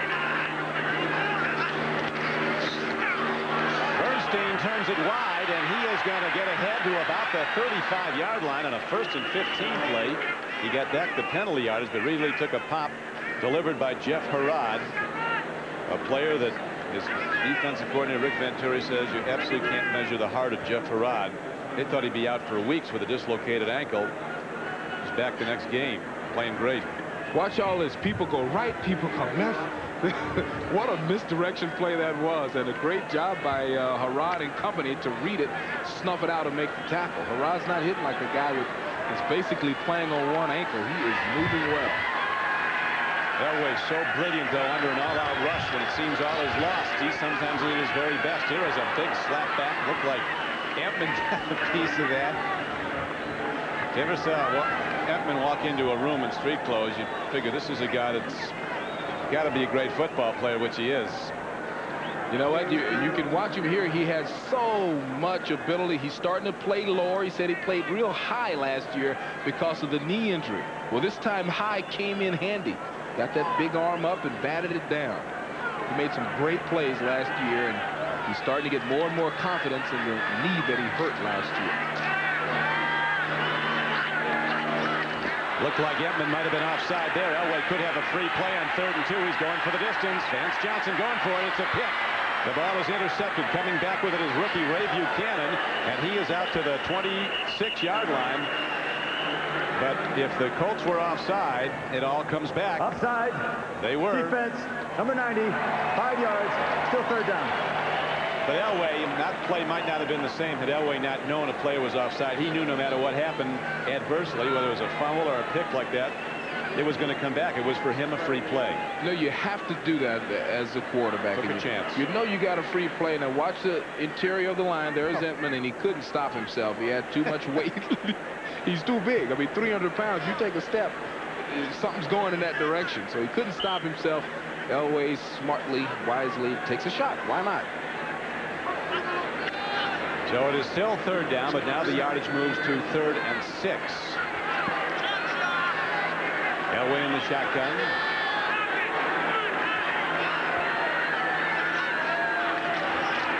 Here's a safety blitz. Elway is hit. He gets the ball away and makes the completion for a 1st down. They're starting to send people at Elway. And Elway complaining now to one of his blockers that Tony Stargell, number 45, came through untouched and got a clean shot at Elway.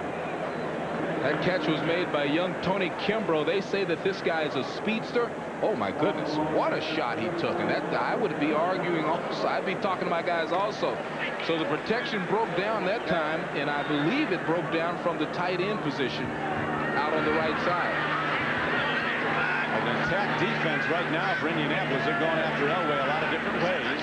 And then 1st down, he pitches back to Bernstein. He breaks it. And Bernstein is inside the 35-yard line, down to the 34. Hard, reckless running by a big man. That's a nightmare. When a guy like that steps into the secondary where the average guy is going to weigh 185 to 195, it's a nightmare. Is the best way to put it. Now watch him when he makes the cut up. Now right now, he knows that he's in the secondary and it's time to just run and wrap over people. Super run.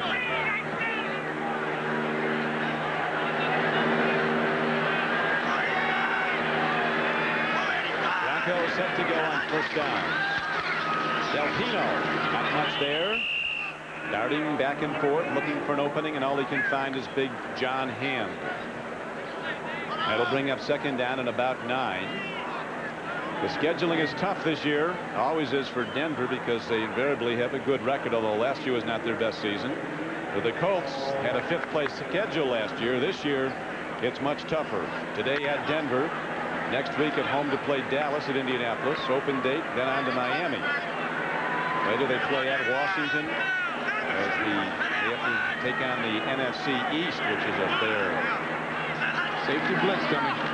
Elway throws the ball away, but it's completely legal the way he did it. Another good play by John Elway. Now that time, Belzer learned from the time that he jumped up in the air. That time he stayed on he stayed on the ground that time, and look at the result.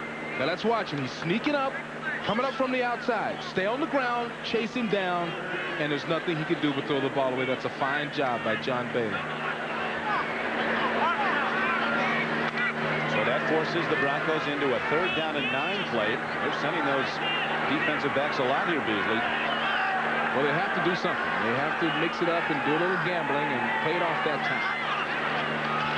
Here comes the rush. Elway triggers it out, and a nice catch by Sterling Sharp, just short of a 1st down, it would appear.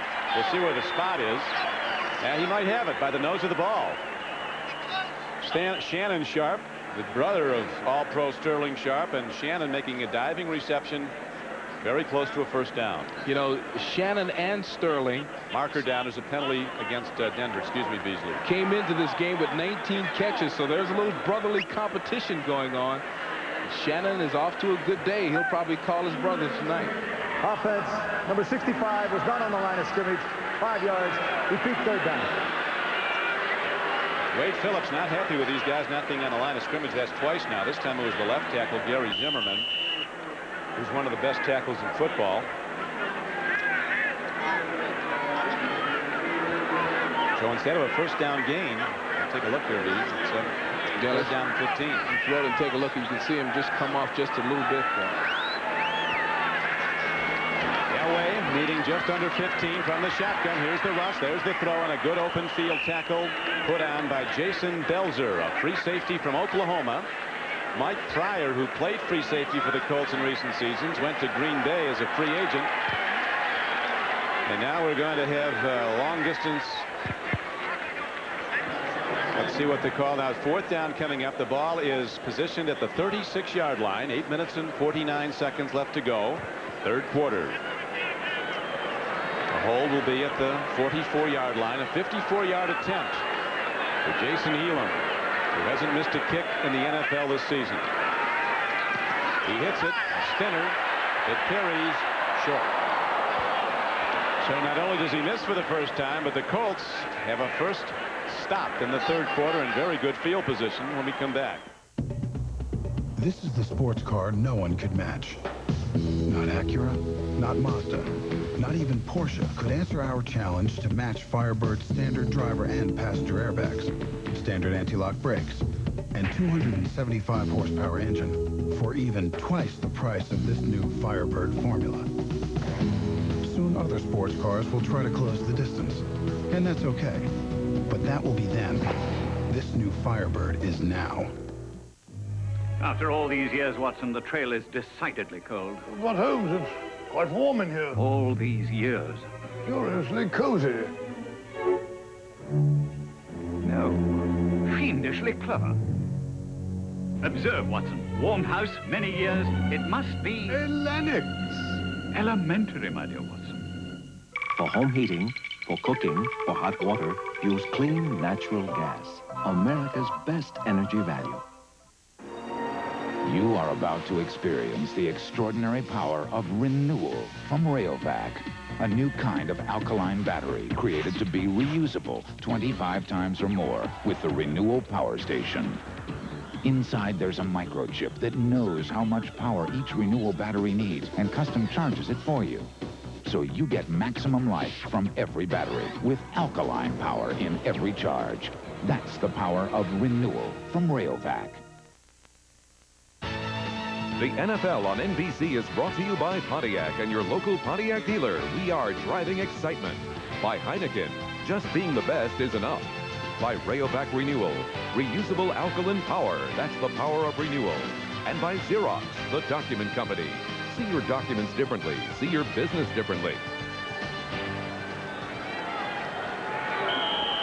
Back at Mile High Stadium in Denver, Colorado, you see the passing numbers of Jack Trudeau improving greatly in the second quarter. He threw for the Colts only touchdown just before halftime. Now the Colts with their first possession of the second half. Down by 18, Trudeau backpedaling, swings it out. He gets Roosevelt Potts, that big rookie fullback. This big guy is not done until he's across midfield. He's still not done until he's to the 40-yard line. Earlier he was knocked out. He comes back with a knockout play. Now he said he wanted to be the go-to guy, and we talked early on in this broadcast telling you that this guy's going to be special. The coaches are really excited about it because he can do everything. He can block, he can catch, as you see here, and then after the catch he can run.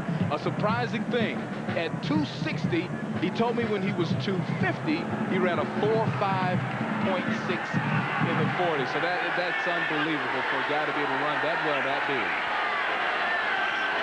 Really, as a rookie, is a terrific-looking player. Right now, he's in the pass block as Trudeau stands in. He's got problems. Swings it out. He's got Potts again in the open field inside the 20. And Roosevelt Potts thunders down to the 16-yard line. Because all of a sudden, they're very quiet here at Mile High and up and cheering in Indianapolis. And, you know, that's what they should not be. I mean, if you're a Bronco fan, you'd want this place to have that deafening noise. But with the Broncos leading by such a large margin, it is quiet here. So Trudeau easily changing calls, calling audibles. I wouldn't be surprised to see a little no huddle at some point coming up from Marcia Broder because he does it so well, because it's so quiet here. Good point. Now the noise does kick in, though. Not going to give him a pitch back. Anthony Johnson loses his footing, and he gets back maybe to the line of scrimmage. Mecklenburg falls on him quickly. Shane Dranette, Darren Grosdorff, Willie Oshedin across the defensive front for Denver. The backers, Mike Kroll, Carl Mecklenburg, Dave Wyman, and Simon Fletcher. Well, this is the most excitement that Indianapolis has been able to put forth on offense, and finally make a stop on defense. This could be a major momentum changer. Marcia Broder, a master of pass offense. We'll see what he wants his team to go to now. And Trudeau sees a defense he doesn't like. He said, you know, he saw a blitz coming, saw those linemen sneaking up, so he called the timeout.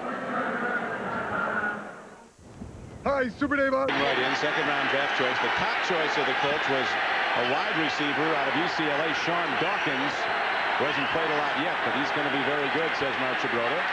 Here's Trudeau throwing. Nice pick. Ball taken down by Anthony Johnson. And he's down to the 5-yard line. A terrific play by Johnson, who gets a first down for Indianapolis.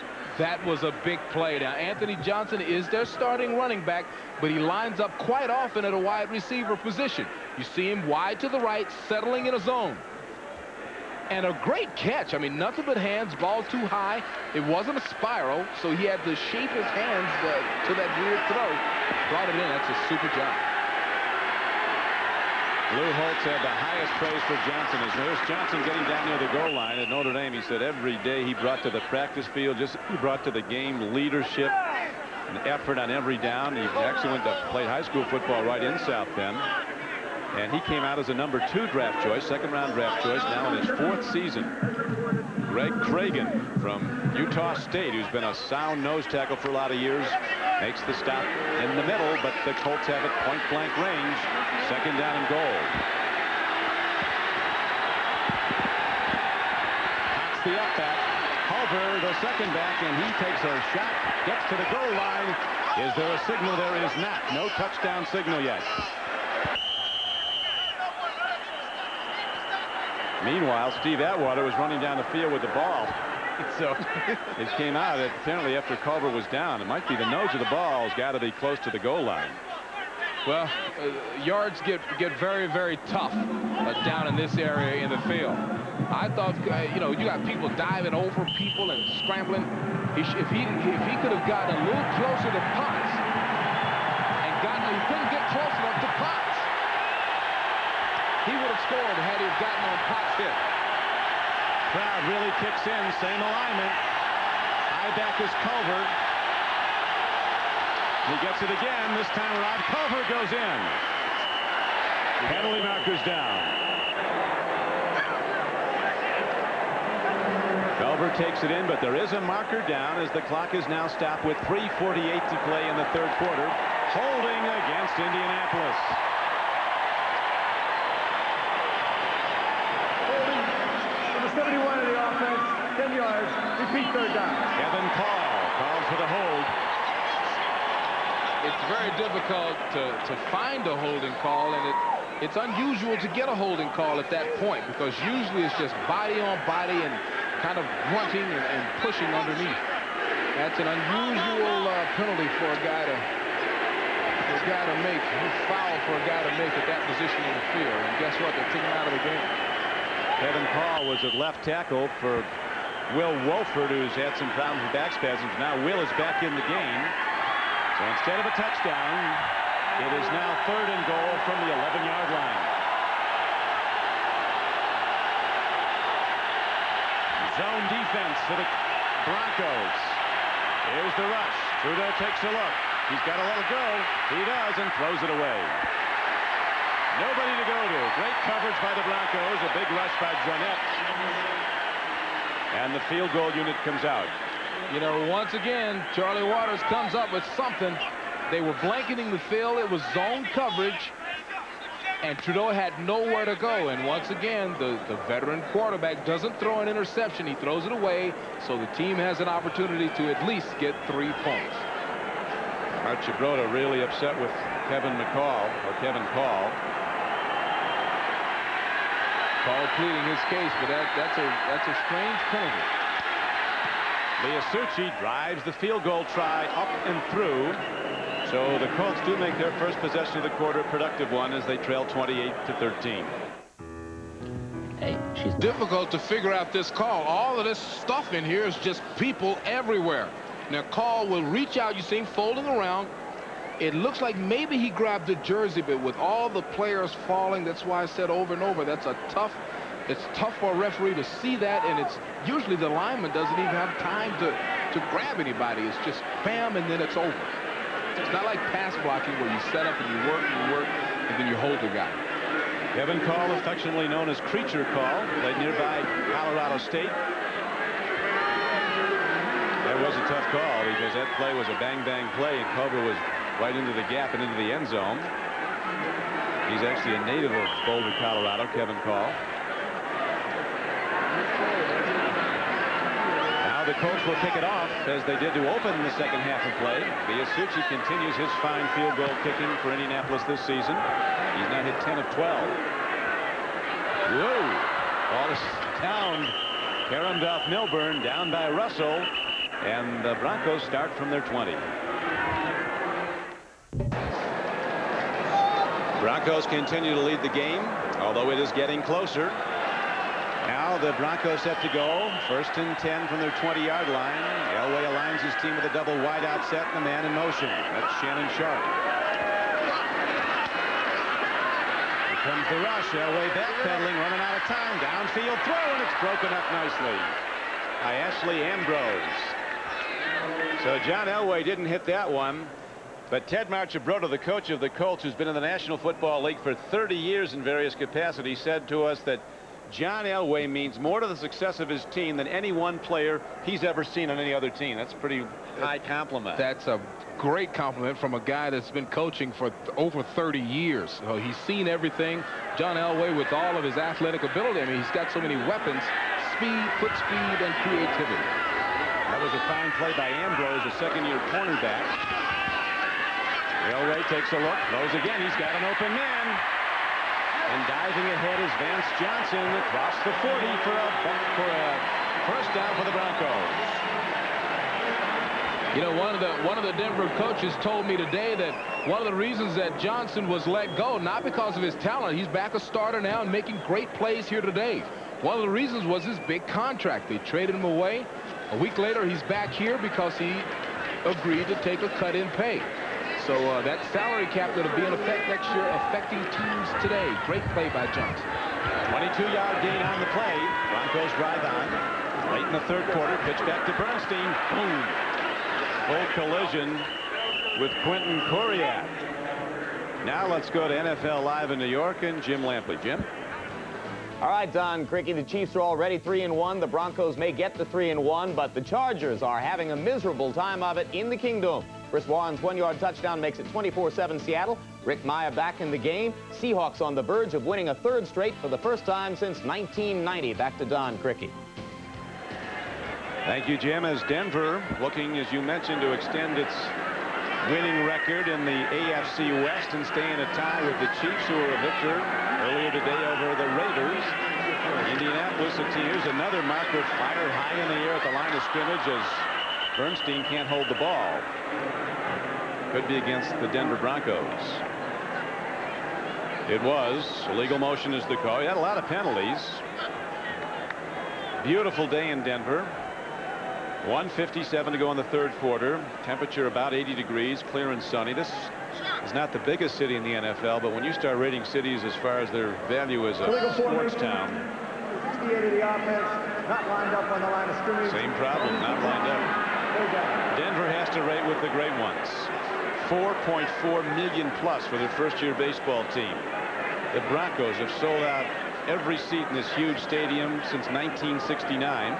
The Denver Nuggets of the NBA play at nearby McNichols Arena. They could sell out every game this season. They've already sold out half of them before the season begins. Put a good team on the field, even one that isn't good yet, like the Rockies, and people in Denver back the cause. Another marker down as Elway throws to Milburn. Hard to get a clean shot on him. Milburn is down to the 42-yard line.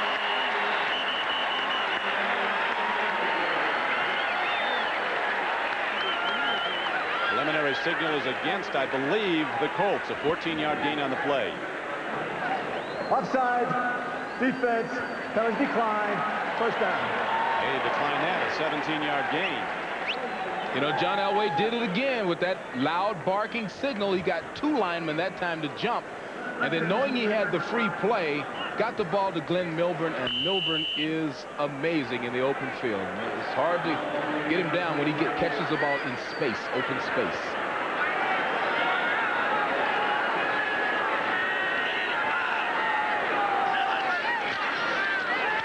Elway throwing off, and another good grab, this time by Derek Russell, who's out of bounds inside the 35-yard line.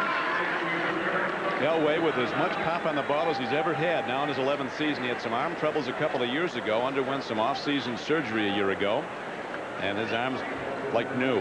You know, we're seeing that new, quick, very efficient passing offense that Jim Fassel has brought to this team. 3 steps and a quick throw. Take what the defense will give you. It's been quite a while, though, since Denver's been in the end zone after scoring on their first 4 possessions of the game, scoring 4 touchdowns to take a 28-0 lead. Throw down the middle and almost a connection. Diving at the ball was Reggie Johnson, one of the tight ends. Very nearly came up with it. It brings up 3rd down and about 3. You know, they have a clearing right over the middle. Dwayne Bickett is responsible for stopping that, and he puts himself in a position where Elway can't throw the ball, you know, right where he wants to put it. So that's a pretty good job by Dwayne Bickett. He's a tall athlete, put himself right in the line of fire, and Elway couldn't hit his target. The Indianapolis coach is talking about not being cautious in going after Elway, because if you don't continue the pursuit, it gets even quicker. They're going at him hard. Here's a swing pass to Bernstein, and he is down at the 31-yard line. And it appears he has enough for a first down by the football. According to the Denver coaches, one of their ratings this year is what an athlete does after the catch. Because with this new short passing offense, they're going to flip balls into flat and hope for Milburn and Bernstein to break tackles. Look at this. A little quick 5-step drop, a little flip over when there's nothing downfield. Now, it's up to the athlete to make somebody miss. That's a good tackle by Ambrose. The #1 defensive goal of the Denver Broncos is to allow 17 points or less a game. In their last game, they allowed only 15 and lost. Here is an end around. It's going to be a touchdown throw. Russell is out there, and he's in. Arthur Marshall, a former quarterback.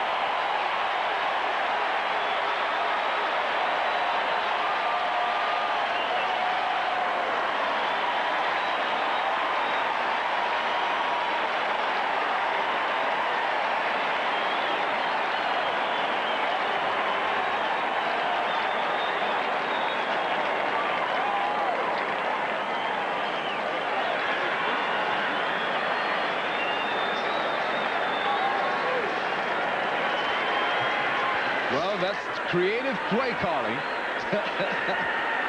And was it run to perfection? Super play, great throw, great catch. Sometimes a wide receiver will make a mistake and try to throw this too hard. This one you just lay out there nice and soft, and the fact that Marshall was a former quarterback makes it easy. Extra point is hit up and good with 9 seconds to play in the 3rd quarter, as the Broncos now extend their lead to 35-13. Inside to Bernstein, worked to perfection. Handed off on the end around. He actually tucked it under his arm and sold it as a reverse. Then stopping and lofting it up. See, he tucked it, sold the play, and then look at the spiral. Nice and soft up high. An easy catch and a great touchdown.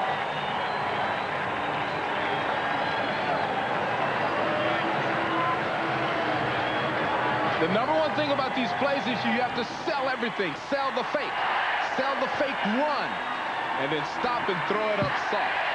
You have to be an actor in the National Football League to make plays like that work.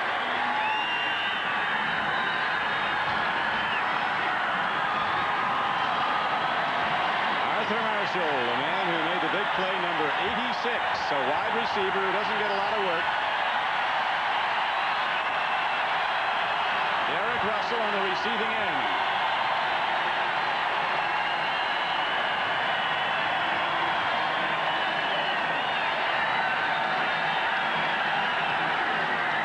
High spinning kickoff. It'll be run back by Verdun.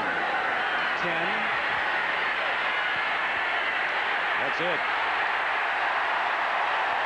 Lilo Lang with a top special teams play. So the Colts special teams inspired by the touchdown play, and we'll be back after these messages from your local station. The secondary, this guy has a deep third, this guy's a deep third. Watch the receivers, he just jogs down the field, really selling the play. But the cornerback buys the jog, runs past his receiver, comes out of his deep third. Ambrose at the corner, buying the fake. Belzer at the safety, buying the fake, and it's a touchdown. And you see they're explaining it, they're talking about it, they're discussing it right now. You know, the Good injury really plays up big here. Good was the one talking to Ambrose there. If he were in there, maybe he would have sniffed it out. Breaks it for the moment, and a closing tackle is made as Dennis Smith comes up to stick him. Knocked down at the 22 at the 17-yard line, as we're now in the fourth quarter, and the Colts with a huge hole to dig out of if they can. I don't think they can do it by running the ball much. No, it's time to make something happen. They need how about a reverse pass? Well, they're sending 3 wideouts out to the left side now. Trips formation left. Yeah. Sure did. Got a blitz coming. Back to the run. Fox lost his footing at first base. Now you have to remember that's a 260-pound man that's sticking his nose in the line and then bouncing out a la Glenn Milburn or Tony Dorsett or something.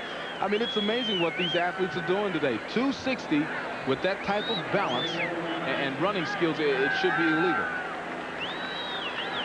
The Eagles have come back from 14 points down to tie the Jets in the fourth quarter.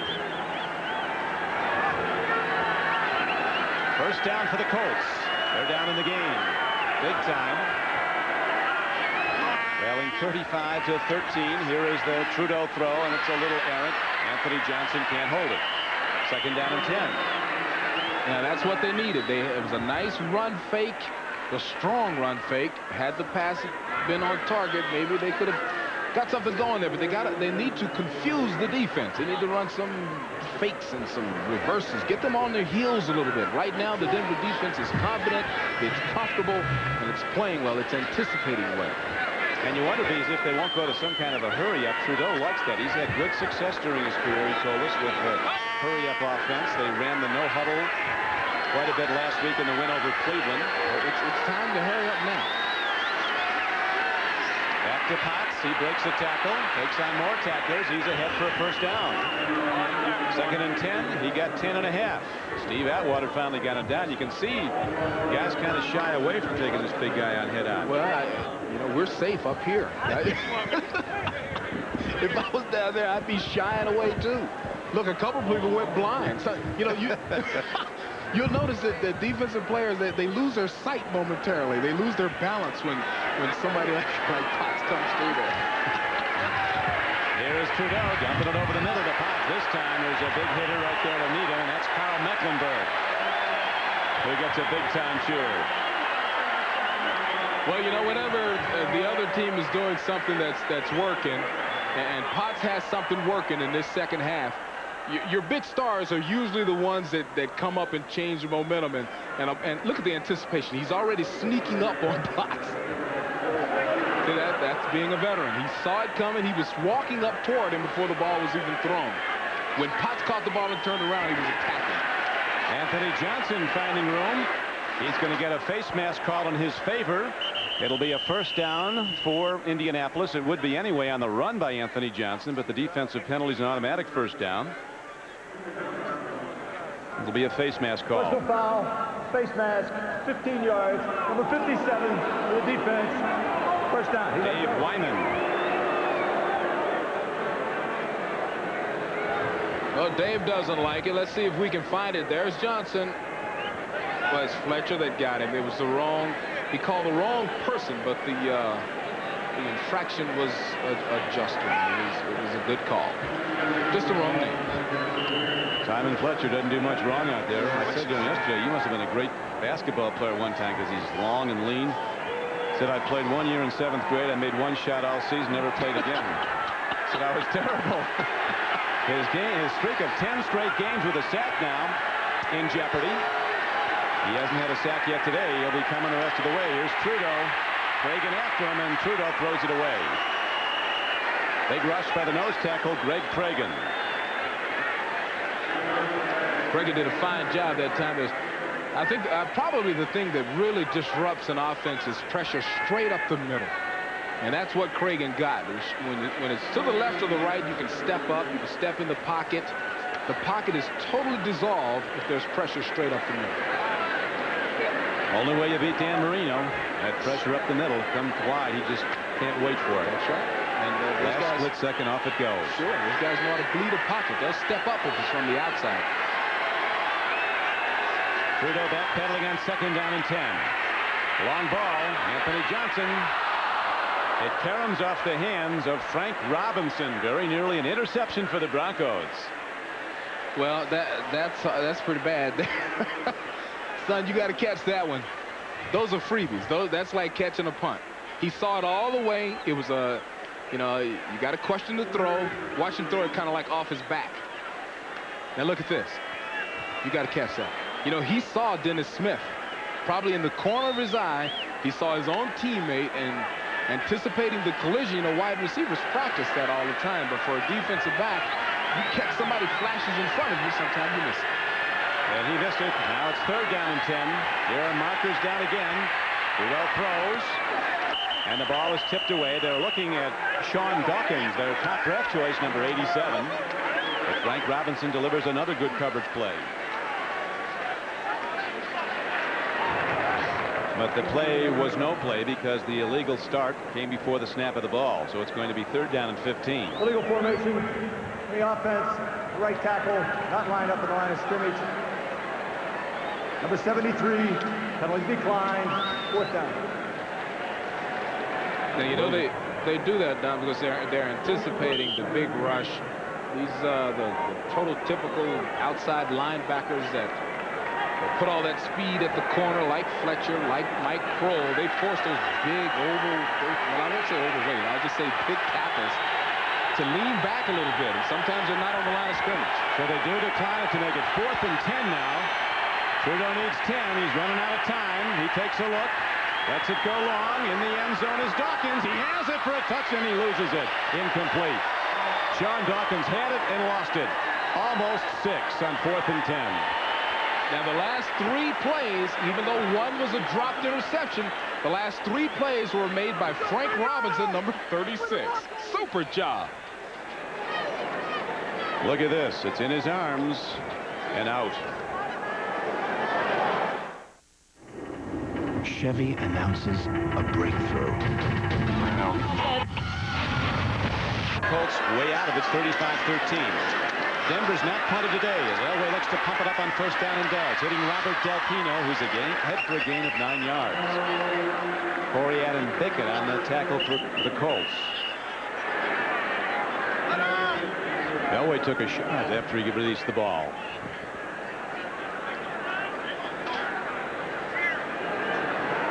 Yeah, they don't like it when you do that. So I saw the Denver offensive lineman complaining to the referee, so he'll be watching it this next time around. A little shove and a little shoulder. A little shoulder and a little shove.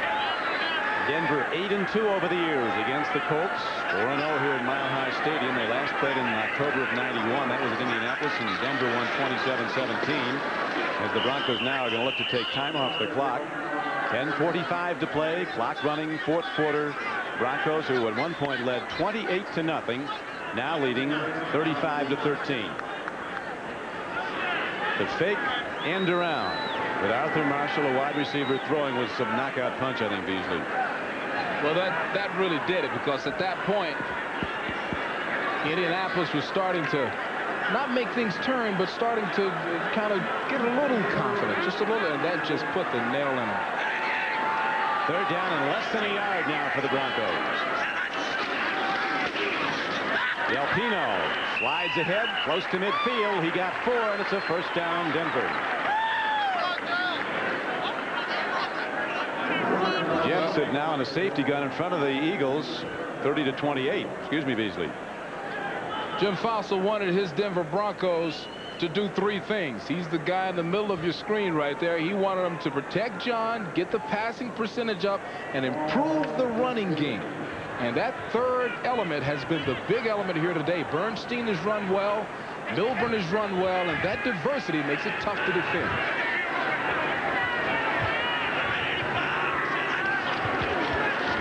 Del Pino. Well done by Bob Del Pino as he comes inside the 45-yard line of the Colts, down to the 44. Good back for the Rams, durable, workmanlike back, and getting a lot more work today on the active roster for the Broncos.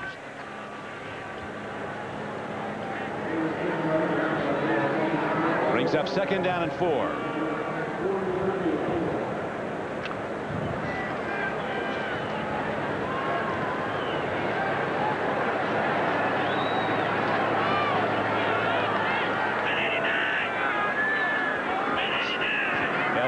Thrown for over 250 yards already today. Goes back to the run. Bernstein, who's caught and thrown down, a gain of only a yard.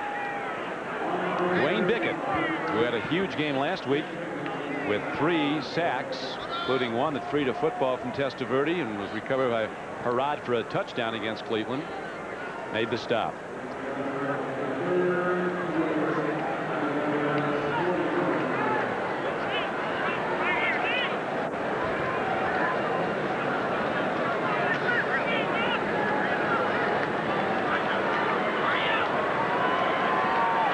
Third down and 3. And Elway sees something he doesn't like, so John Elway calls timeout. Timeout with 8:10 to play in the game. 35-13 Colts.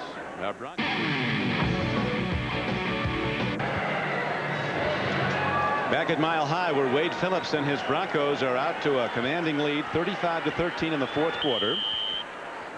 Wade's counterpart, Ted Marchibroda, can't do much on the scoreboard as long as Denver has the ball, and they have it right now, 3rd and 3.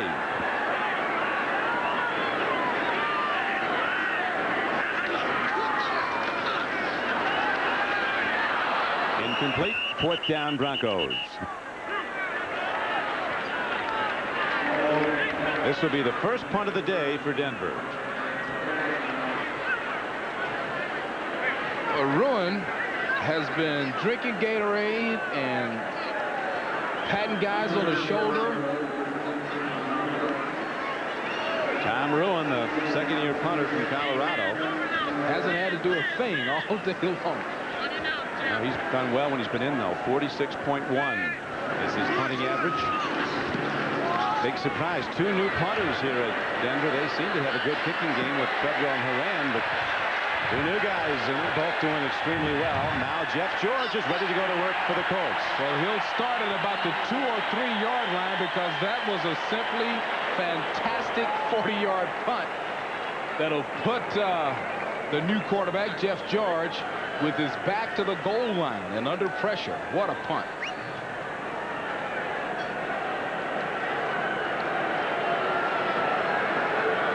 There's a tough place, Beasley, for Jeff George to come in.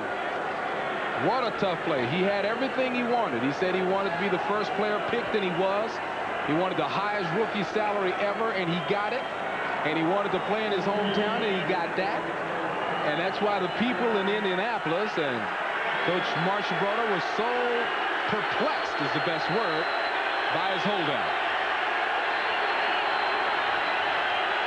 Right now, Jeff Jordan and the Colts really up against it. He's going to throw from the end zone. Here's his first throw as he guns the ball out towards Jesse Hester, who had a great game a week ago, but's been taken out of this game by the Denver defense. Jesse Hester looking for a reception, He's got 49 consecutive games with a catch. He hasn't had one today. That errant pass would have been his first one, so he's one to watch. And also another to watch is Simon Fletcher over on the defense. His 10-game sack ratio in jeopardy.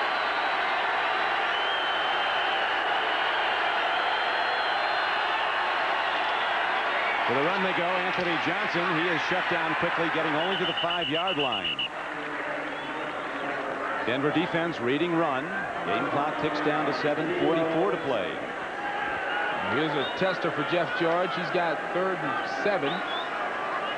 To come up with a first down is a guy who hasn't had a lot of game time this year because of the holdout, and now as they get him ready to play. This is a big throw for a man who should be a little rusty. We'll find out.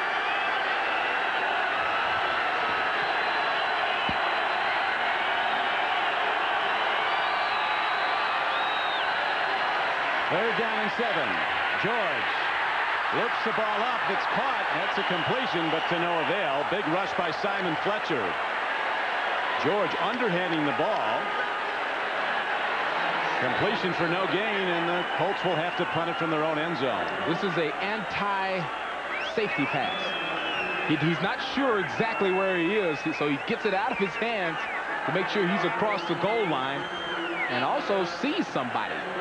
So that's a pretty good job. It gives his punter, Ron Stark, a little room. None better than Ron Stark. Man, wow. This kid can kick it to the moon as Milburn lets it hop inside the 35-yard line and down to the 33 of the Broncos from his own end zone. Hold on. I don't just overnight the package. Yeah, sure. Overnight it. Might as well overnight it. Overnight this. Overnight that. Overnight. Overnight. Sometimes overnight is overkill. So kick the habit with Priority Mail from the Postal Service. It's not overnight, but it's fast delivery, special handling, and 2 pounds is only $2.90. Good morning. Thanks. When overnight is overdoing it, remember, we deliver for you. Call and we'll start today.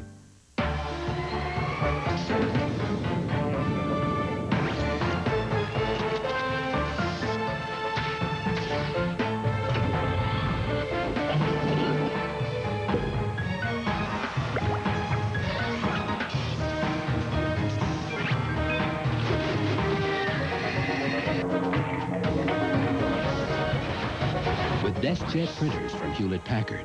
It's easy to make it happen. 2 summers, 2 winters, 2 springs, 2 falls. All this, just $2.99 a month. The S-Blazer 2-year lease. Why drive an imitation when you can drive the vehicle that originated the species? Chevy S-Blazer. Next Saturday, Notre Dame senior quarterback Kevin McDougal leads the 4th-ranked Fighting Irish against the Pitt Panthers. Notre Dame football is home on NBC. New QB in for the Denver Broncos. Second-year man Tommy Maddox out of UCLA comes in to finish up after a terrific effort by John Elway, who hit 20 of 30, staying with that 67% completion mark of his season. 2 touchdowns, no interceptions, so he's got the cap on, and we'll check it out. Shannon Sharp, one of his best receivers. He's going to be done for the day. Also looking forward to going to Green Bay next weekend to hook up with his brother, Sterling Sharp, of the Packers. Running hard is Rob Bernstein. Ball's on the field, and the Colts have it with 6:18 to play. Jason Belzer, playing hard all day long, comes up with the ball. Well, this is better position for Jeff George as quarterback. Oh, man, is it? He'll have some room to work now. We'll see what he can do. This ball just kind of pops out. Nothing wrong with the handoff.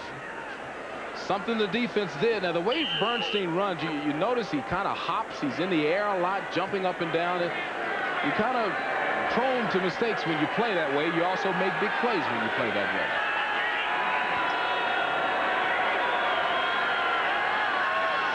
George looking to throw against a blitz. Here's markers down, and the play is whistled dead.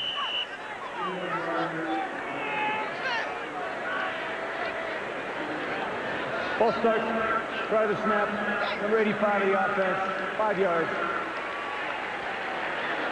Next weekend is a doubleheader day on NBC Sports, beginning at 12:30 Eastern Time with NFL Live. Then most of you will see the Dolphins and Dan Marino go against the Browns at Cleveland.